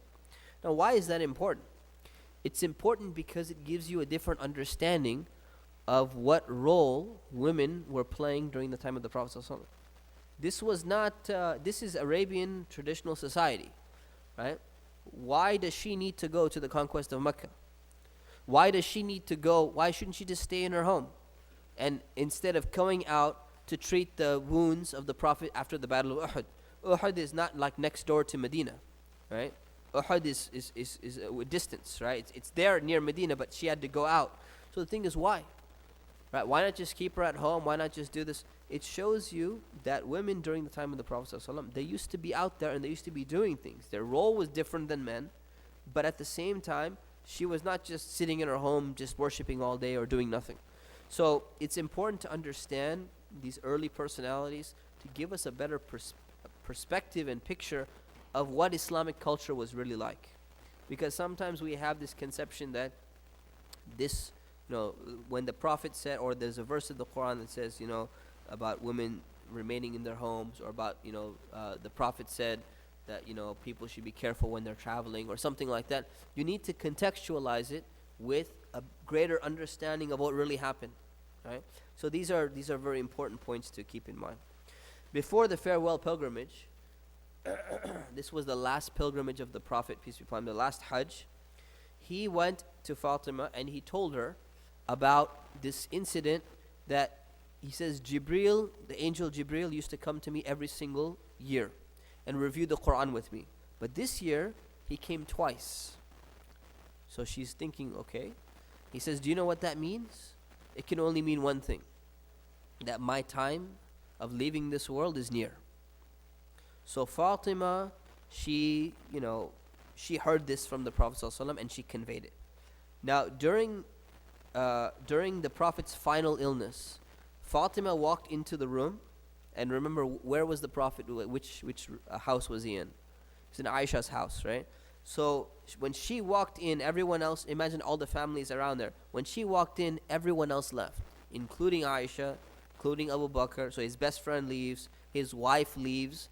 This is private time for Fatima and her father.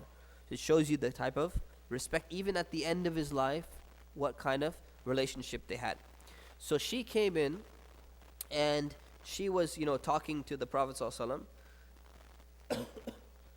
and he was on his deathbed, meaning that he was about to pass away and he was in his final illness. So he came and called her close and he whispered some words in her ear, and she started crying. And now the people, even though they left, what are people going to do? They care so much about the Prophet, they're like peeking in, right? And they're watching what's going on. So they're not listening, but they see what's going on. So they see Fatima crying. And then he whispers something else in her ear. And she starts smiling and laughing. So then what happened was, she came back, Aisha came and said, hey, that was weird. I saw what was going on. Aisha is curious by nature. So she's watching, said, you started crying and then you started laughing. What's going on? So she says, well, I'll tell you. When he whispered the first thing, he told me that he's going to pass away. He's not going to recover from this illness and he's going to die. So I started crying because I'm going to miss him. And then he whispered again. He said, don't worry, you're going to be the first person to join me. And then she said, I was happy. And I was very happy about that. Now just think about that. Being happy, if you're saying that someone is going to join you, meaning you're going to be one of the first people to die. But for her, her attachment to the Prophet ﷺ was number one. Her attachment to her father, her attachment to all of this, and her desire to return back to Allah because of her piety took precedence over the idea or the thought of death. So it shows you what kind of person she was. So she died 5 months later, 5 months after the Prophet, in her sleep at the age of 29. And the Prophet, peace be upon him, said about her and about others, he said, the best women in all the world are four. Maryam, Asiya, who's Asiya? Wife of the Pharaoh, wife of Fir'aun, Khadija, and Fatima. So Fatima is ranked among the four best women of all the world according to the Prophet, peace be upon him, meaning they're the role models for people. So she's a very, very important personality. So may Allah bless Fatima and all the companions of the Prophet. So any questions on Fatima? Very summarized story, yeah. She was, a few months after.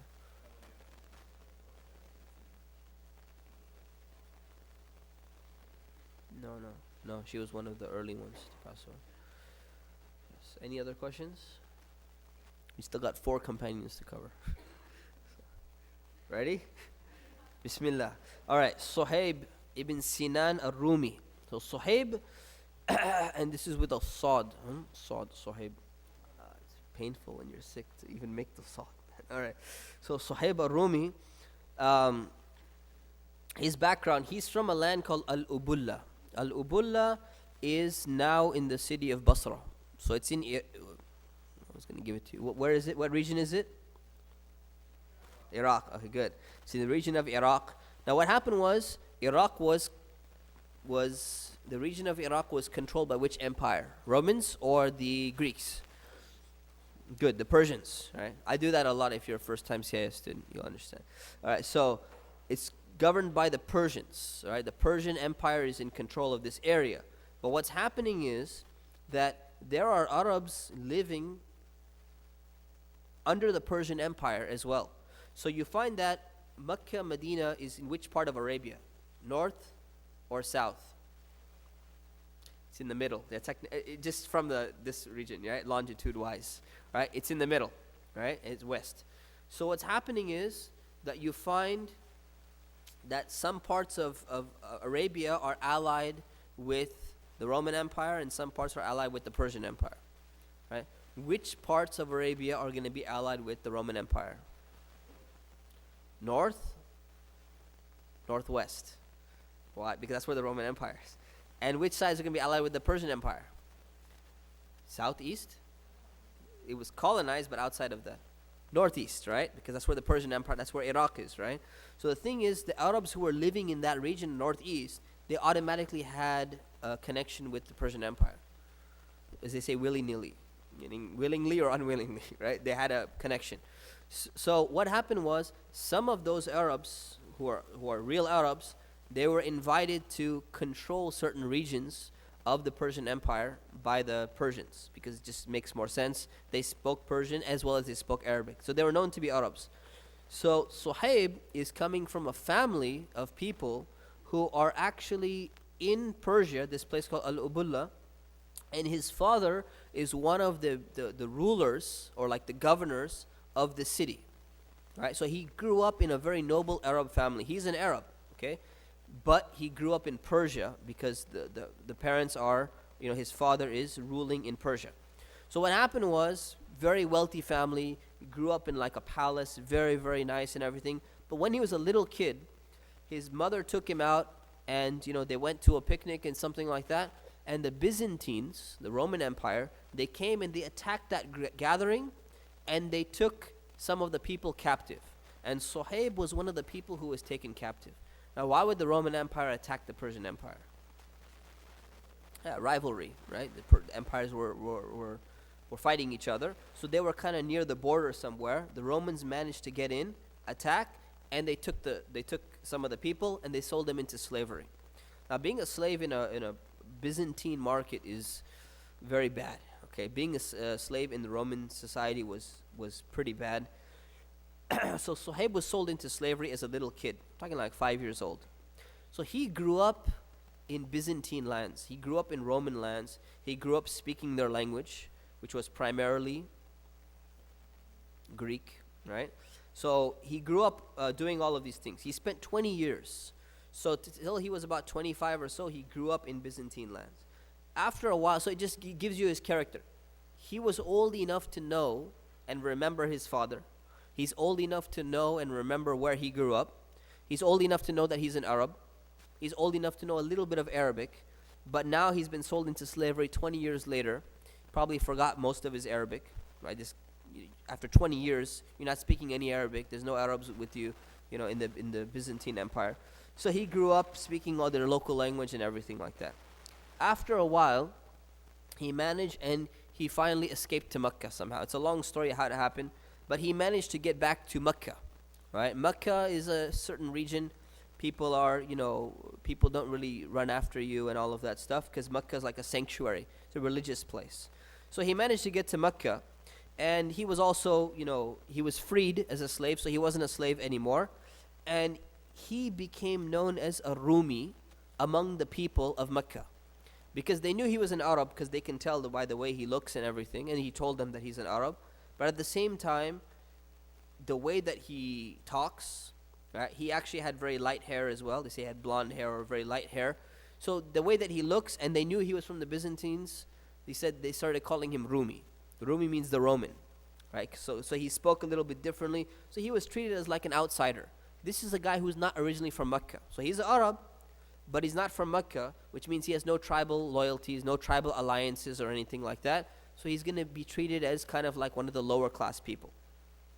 So eventually someone kind of helped him out. It was Abdullah ibn Jud'an, guy, if you remember him from history. He was the place where the Pact of the Confederates, where they signed the Pact of Confederates.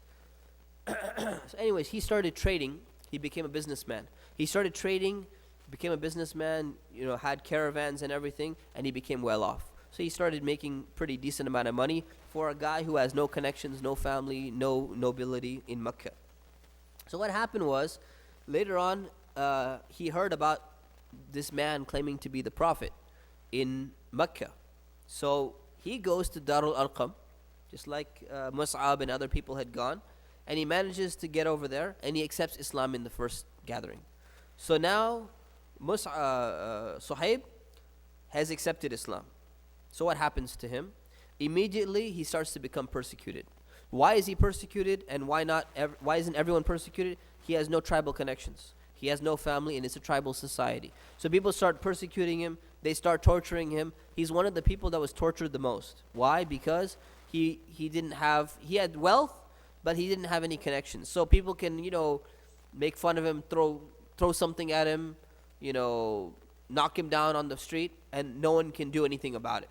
So that's the type of persecution that he was facing. So what happened was, later on, it came time to migrate to Medina.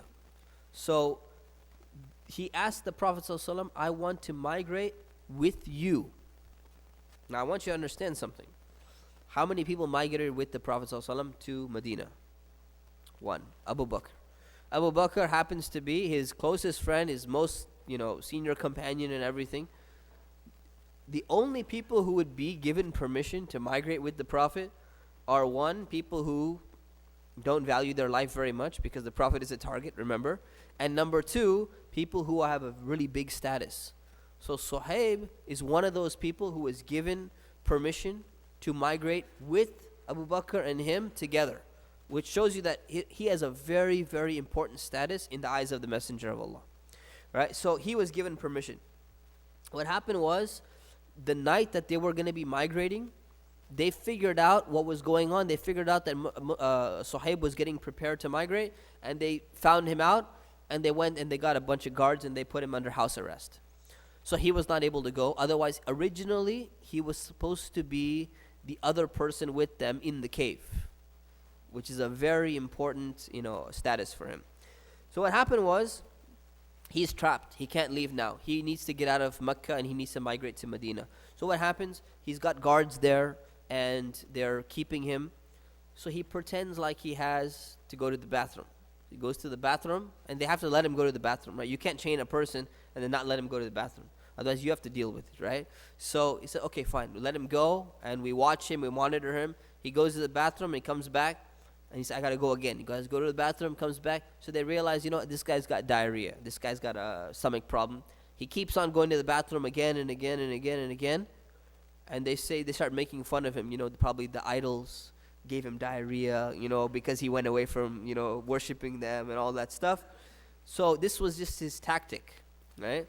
And he escaped. He managed to escape. The guards fell asleep for like a few minutes or something. And he's out of there. So what happened was, he's making his way to Medina. The guards catch up with him. So he grabs his stuff that he needs, all the stuff that he needs to migrate and everything. The guards pursue him, and they manage to catch up with him because they're specialized, guards. They're faster than him. They know what to do. So when they caught up with him, he saw that they were approaching. And he said, okay, that's it. I'm going to be stuck again in Mecca. He climbed up a little hill, and he saw them coming, and he made a statement to them. So he saw that they were going to come and they were teamed up. So he said, you guys know that I'm an archer and I'm a good archer. And he was actually a good archer. He was very skilled, right? So he said, I'm an archer and I got my bow and arrow right here. I got my little quiver of arrows and I got my bow, and I'm going to use my dedication to Islam. So I'm going to use every single arrow that I got, and I'm going to take out one of you guys with every single arrow. So however many guys you got down there with you pursuing me, I'm going to take down a few of you guys. And then when you get to me, I'm going to take out my sword and I'm going to fight the rest of the way until I die. So now he's threatening them, just like Mus'ab was doing before, so that they leave him alone. So now this is very important because you got to show some strength. If you're always, just please, just leave me alone, just let me go migrate. These are people who don't understand that language, right? So this is Suhaib, explaining to him, you know what? This is not a good deal for you guys, right? If you guys want to get me, okay, you're only getting me for my Islam. What are you going to get? I'm going to get a few of you guys with some arrows. I'm going to at least swing a sword a few times. It's not going to be good for most of you. So then they said, look, we can't just let you leave, right? You can't just leave like that. It's our honor at stake. You came in here as a foreigner. You made all this money, right, that most people wouldn't be able to make. We're not just going to let you leave with all that money. It's not just about your Islam. It's about look at who you are. And you come in, you're going to take money that you made in Mecca. It's like people like saying, oh, you came to America and made all that money. You wouldn't have made it somewhere else. So you made it here. We're not just going to let you, get the benefits of Mecca and then leave. So then he said, okay, I tell you what. If I give you, just you guys who are chasing me, if I tell you where all the money is, I give you the money, I show you the money. I'm giving you, number one, no arrows being shot at you, no sword being swung at you, and I'm going to give you all the money that I had made and I had hidden. I'll tell you exactly where my money has been stashed. Will you let me go? So imagine you're thinking about this deal. Okay, either we go up there and few of us are going to get shot by this guy because he's a good archer, all right, and we lose the money and we don't get anything out of it, or we get all his money, no one else knows about it, and we just say, oh, the guy slipped away. Okay, we'll go ahead with the money thing, right? So he told them where the money is, and this shows you how much they respected him despite the fact that they hated him. They trusted where he had hid the money. So when he said, okay, this is where it is, he said, look, I'm going to tell you honestly, probably swore to Allah or whatever it is, this is where the money is. You can go dig it up, you're going to find it, and then you leave me alone. So they went quickly, found it, they got his money, and he left. Musab left quickly. He migrated to Medina. So before they reached Medina, they reached a place called Quba. The Prophet ﷺ and Abu Bakr, they already reached Quba. So Mus'ab, he came afterwards. When he arrived, the Prophet ﷺ saw him. And he made a statement and he said, the transaction was profitable, O Abu Yahya. It was profitable, very profitable. Said it 3 times. So that transaction that you made was extremely profitable. This is something that maybe he received through revelation or something like that. So he says, you gave up all your wealth, you gave up all your money in order to make this migration. This was a very profitable transaction. Now, what is the Prophet ﷺ talking about? He's talking about this verse from the Quran. This verse was, and of the people is he who sells him. Well, this verse came later. And of the people is he who sells himself, seeking means to the approval of Allah, and Allah is kind to his servants. Right? So among the people is he who sells himself. وَمِنَ النَّاسِ مَن يَشْرِي نَفْسَهُ. Right? So among the people whoever sells himself, meaning gives up all of their worldly possessions, doesn't care about all of that for the sake of Allah. So this is one of the things that Suhaib did. So some things about Suhaib, we have a few stories about him. He had a good sense of humor. So he used to joke with the Prophet. One time he was joking with the Prophet. He was eating ripe dates. What's known as rutab. There's ripe dates and dry dates. Most of you have probably eaten dry dates in your life. There's also something called fresh dates. They're very, very soft. They just came out recently. So it was known in Arabian society that if you should not be eating ripe dates when you have a problem with your eye or something like that. But this is every culture has this, you shouldn't be doing this, you shouldn't drink cold water when you're sick, you shouldn't have this, you shouldn't have that. So they had this thing. So he was eating ripe dates or fresh dates, and he had an eye infection in one of the eyes. So the Prophet ﷺ, he saw him. He said, Suhaib, what are you doing? You have an infection in your eye and you're eating a date. You're eating these fresh dates. So Suhaib responded, he said, it's okay, don't worry. I'm eating it with the other eye. So the Prophet ﷺ, he smiled. He smiled and he said, he let him go. So it shows you that he was a soft guy. He had a sense of humor. He's a clever guy. After the Prophet ﷺ passed away, this is really important, that he was a very generous person. In fact, he was so generous, he used to give out so much food that Umar ibn al-Khattab, he said that Suhaib is extravagant. Meaning, he said, you're being extreme. The amount of food that you're giving away, the amount of stuff you're giving away, it's extremism.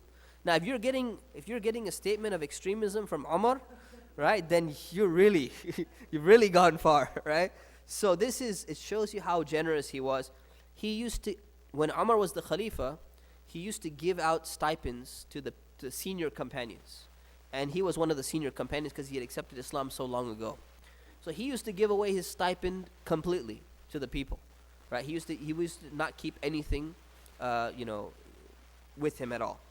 So I think the biggest, what you can say, the biggest sign of the fact that he's like a really great companion and his status in society among the companions was that he was chosen by Umar ibn al-Khattab when Umar was stabbed as the Khalifa. He was chosen to lead the prayers while the successor or the next Khalifa was going to be chosen. So if you remember when Umar was stabbed, they appointed a council of how many people? 6 people to decide who's going to become the Khalifa. So while they're being chosen, it took about 3 days or so. He chose that Suhaib al-Rumi, right? Suhaib, nicknamed the Roman, is going to lead the prayers. Now here's the interesting thing. Why was he known as al-Rumi? Because he grew up, and he had an accent, right?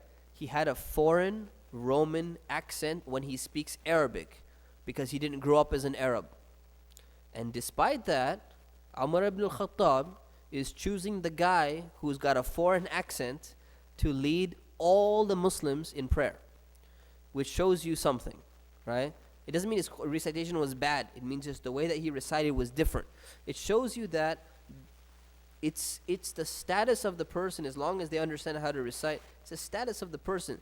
This idea of Arab nationalism had already been destroyed by the time of the companions here. It already been gone. It's not about nobody complained and said, but he's a Roman, his recitation sounds a little weird or something like that.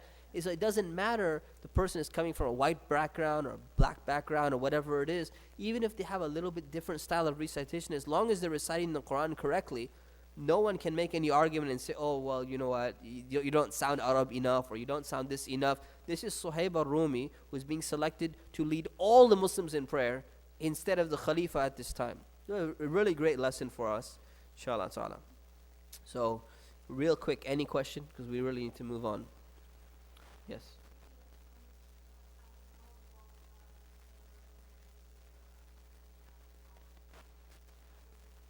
You mean from Quba? Oh, to Quba? Yeah, immediately, like not very long after. Yeah, we don't know exactly the days, but not long. I mean, if he caught up with the Prophet in Quba, how long did the Prophet stay in Quba? 14 days, right? According to Ibn Ishaq, 4, but according to Bukhari, 14 days. So it's really not long. Not long. So he caught him there being very quickly. Next companion, Abu Darda. So we got to move really fast. So Abu Darda, he was living in the city of Medina already when Islam came to Medina. And he was a friend of Abdullah ibn Rawaha, who had accepted Islam already. So his best friend, Abdullah ibn Rawaha, accepts Islam. Abu Darda does not accept Islam, but they're still best friends, right? So after the Battle of Badr, Abu Darda, his best friend, right, they're both from Medina, right? We're not talking, forget Makkah, we're in Medina period right now. He goes to his store, right? So Abu Darda is going to his store, he's doing some business and all of that. So Abdullah ibn Rawaha, his friend, he goes to his house thinking that maybe he's home from his business. And he finds that, you know what, he's not home. But he sees his wife, Darda. So he says, hey, when is Abu Darda coming home? Oh, he'll be home in a little while, He said, oh, okay. So he gets an idea. He says, you know what, you mind if I hang around a little bit? I'll wait for him.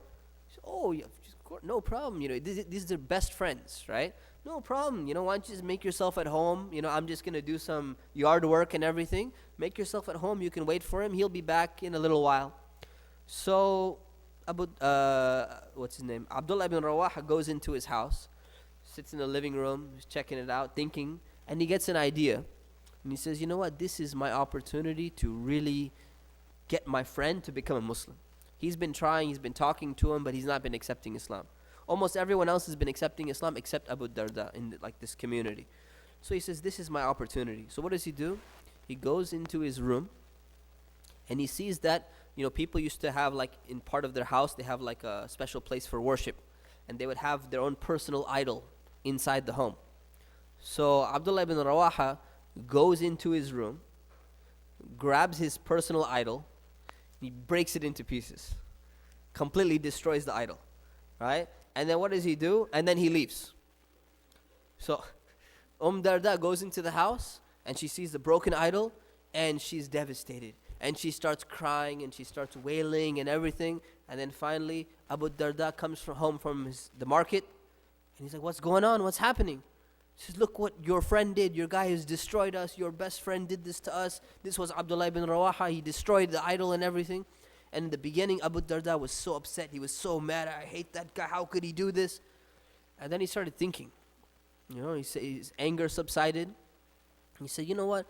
Because you realize Abdullah ibn Rawaha has been talking to Abu Darda for a long time about Islam. These idols can't do anything. They have no power. So the message was there, but it's kind of like in the back of the head. Now, all of a sudden, he sees what's going on. He's upset, and then he calms down. He says, you know what? He's right, man. If this idol couldn't help itself, how can it help us? This useless idol couldn't do anything, right? It should have at least defended itself. Right? How can my friend Abdullah bin Rawaha be more powerful than the idol? Couldn't it at least fought him back or something?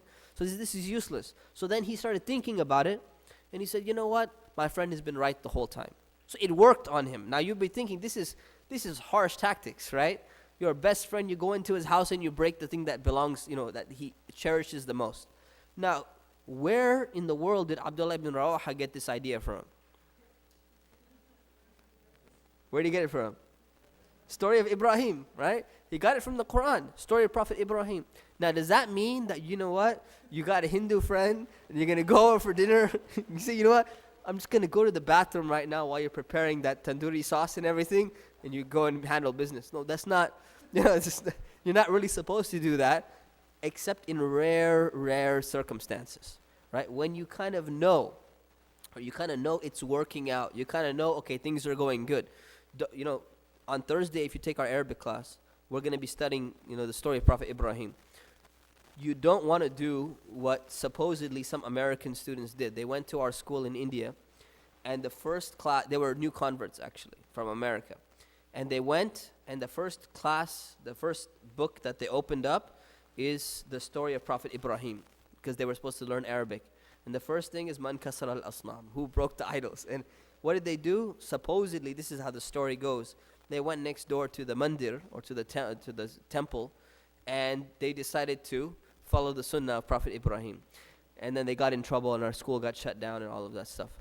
You're not supposed to do that, right? So this is not like standard procedure. This is an exception to the rule in very exceptional circumstances. So don't take this as like an example. But it worked for Abdullah ibn Rawaha. It worked for Abu Darda. He got the message. It made him understand. He accepted Islam.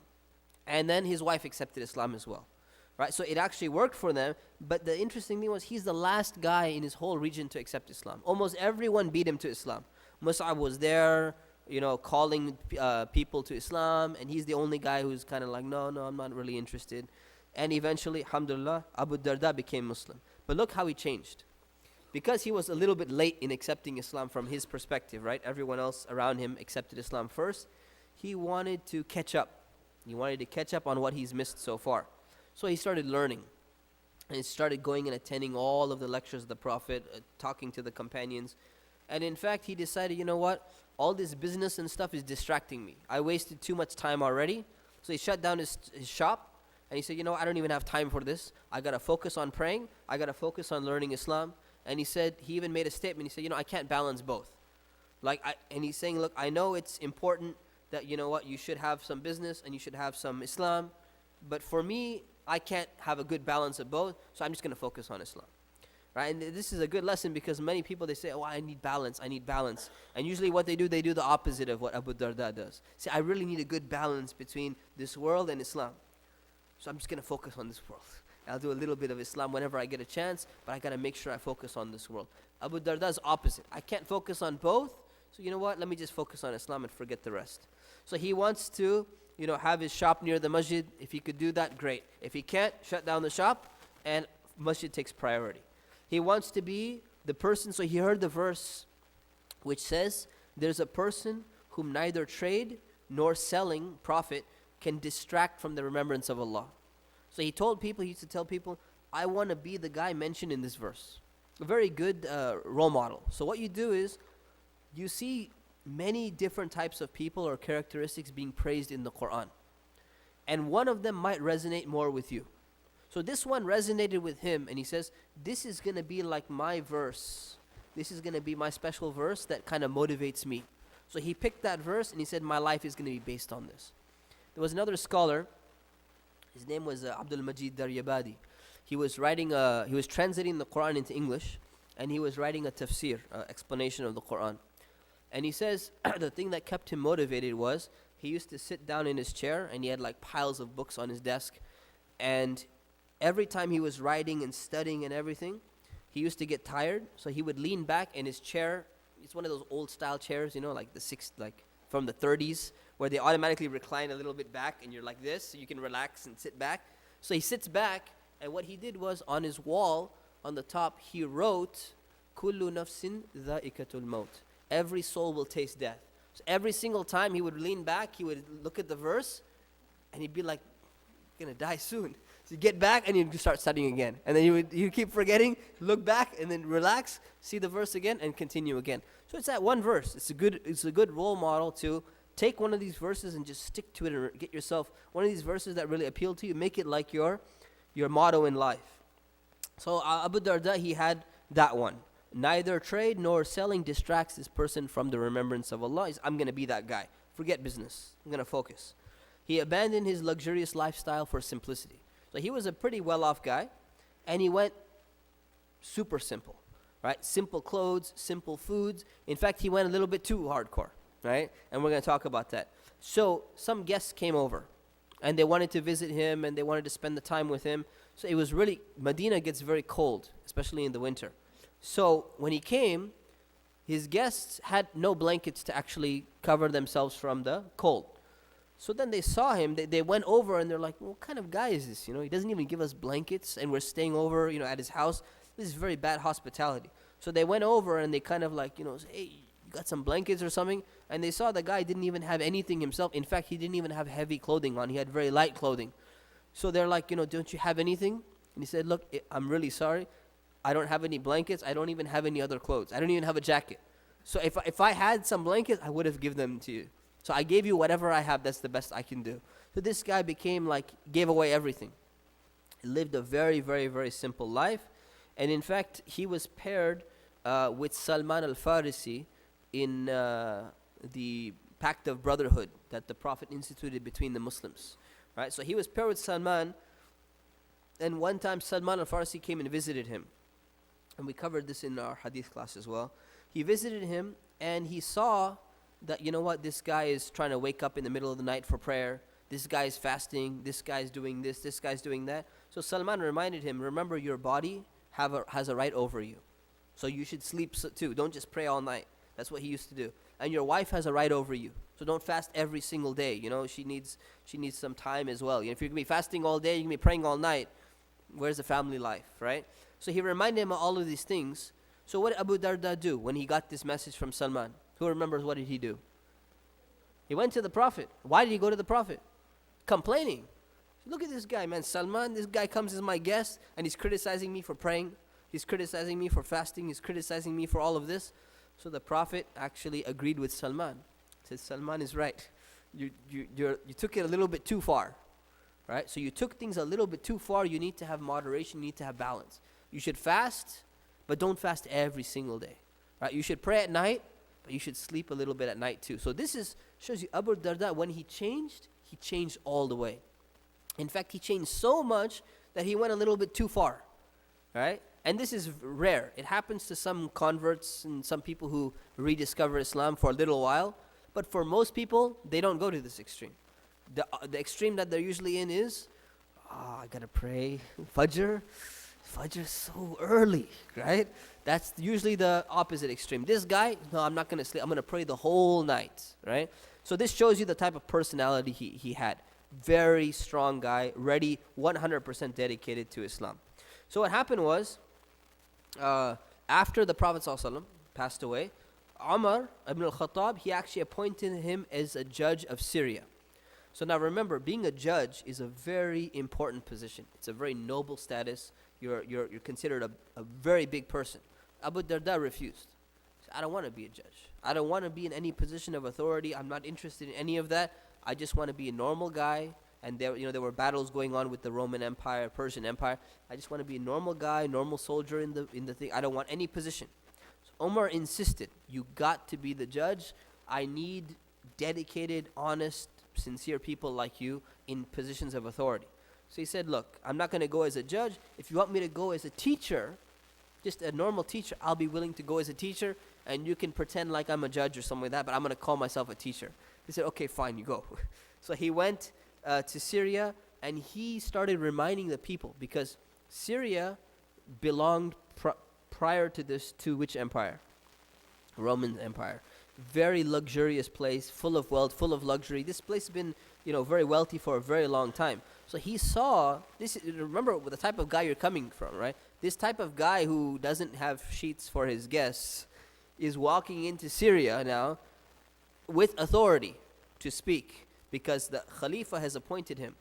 Now what does he see? Luxury. The companions wearing really fine garments, building giant houses and living in palaces and all of that stuff. So he walks in there and he starts criticizing them. The Muslims starts criticizing them and says a lot of things. And he said, oh, people of Damascus, you're gathering and you're hoarding things that you do not eat. You're erecting buildings in which you don't live in.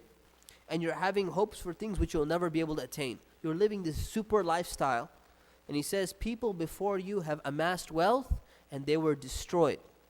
And he gave a long, long lecture, and he ended his lecture by reminding the people, which one of you will buy from me the entire legacy of Ad for 2 dirhams? Now, who are the people of Ad? Which prophet was sent to them?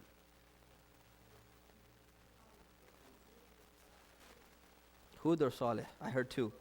Hud, right? So Prophet Hud was sent to the people of Ad, and they were destroyed, but these were very powerful people. They were very wealthy people. And what happened to them? Destroyed completely. Nothing left. So he's making like a sarcastic remark to wake people up, because these are all Muslims. They're all reading the Quran. They know the story of Ad. They know about Prophet Hud. They read it every day in their prayers. But they're not remembering it. So he says, like a person in an auction. Like, you're selling something. Okay, who will take this? Who will take it? So I'm going to sell you the entire, everything that the people of Ad have left behind. Like, imagine I'm going to sell you all what the Romans left behind in the ruins and the walls and the treasures and everything. I'm going to sell all of it to you. These are like priceless stuff, right? Nowadays. I'll sell all of it to you. How much will you buy it for? So the people of Ad were wiped out completely. Nothing left of them. So he's saying, who wants to buy what the people of Ad left? 2 dirhams. Come on, 2 dirhams, like $2. $2. Anyone give me $2? And he's making them feel, bad about themselves, because they're living in the lap of luxury. And the people got the message. They started crying, and he started going around the city admonishing people, teaching people, live a simple lifestyle. That was his motto. Live a simple lifestyle. Don't succumb to the luxuries that the Romans were living before we took over this empire. Right? So he's reminding people. He started advising people who were sitting down.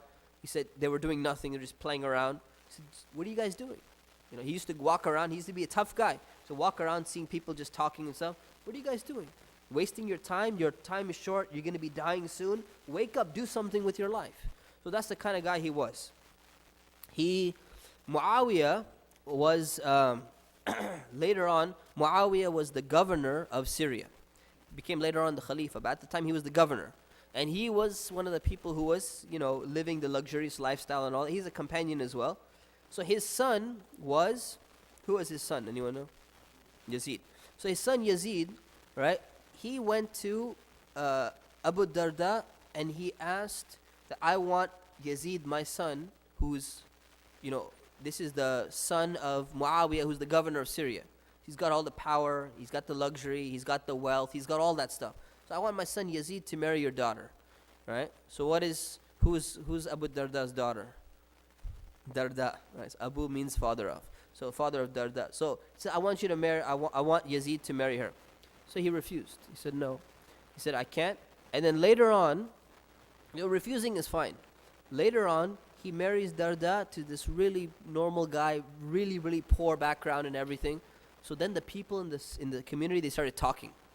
Look, Muawiyah tried to get his son married to, Abu Darda's daughter, and he refused. And look, now she married this, poor guy and everything. So he had to explain himself. So he said, look, how can my daughter live in a palace of luxury where she's going to have servants waiting on her and this and that? Yazid's living in like a luxurious lifestyle. And he says, what's going to happen, that's going to be a danger to her religion. And I can't allow that to happen. So this is a guy who combated luxurious living. This is a guy who realized that this is a danger to people's lifestyle. So he fought it tooth and nail to the end. So when Umar came and he visited Damascus in Syria, he visited Abu Darda because Abu Darda is appointed as a senior position in the city. So Umar goes, and the Khalifa, and Umar is known to live a very simple lifestyle anyways. Abu Darda beats everybody. So he goes to his house. And they walk in, and he finds that there's no light on in the house. Right? There's no lamp, there's nothing to light, and it's becoming evening time. So what did they do? They started talking about the city and everything in darkness.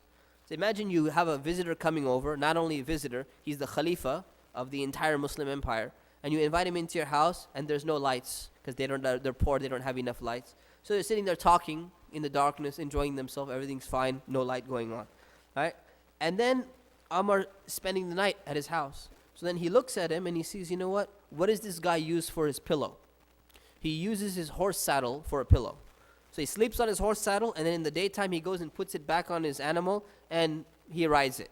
So he doesn't even have a pillow, right? He has a little tiny sheet, right? And Syria gets very, very cold. If you've ever been there, it can get very, very cold, right? So he doesn't have that. He doesn't have a mattress. He sleeps on the floor.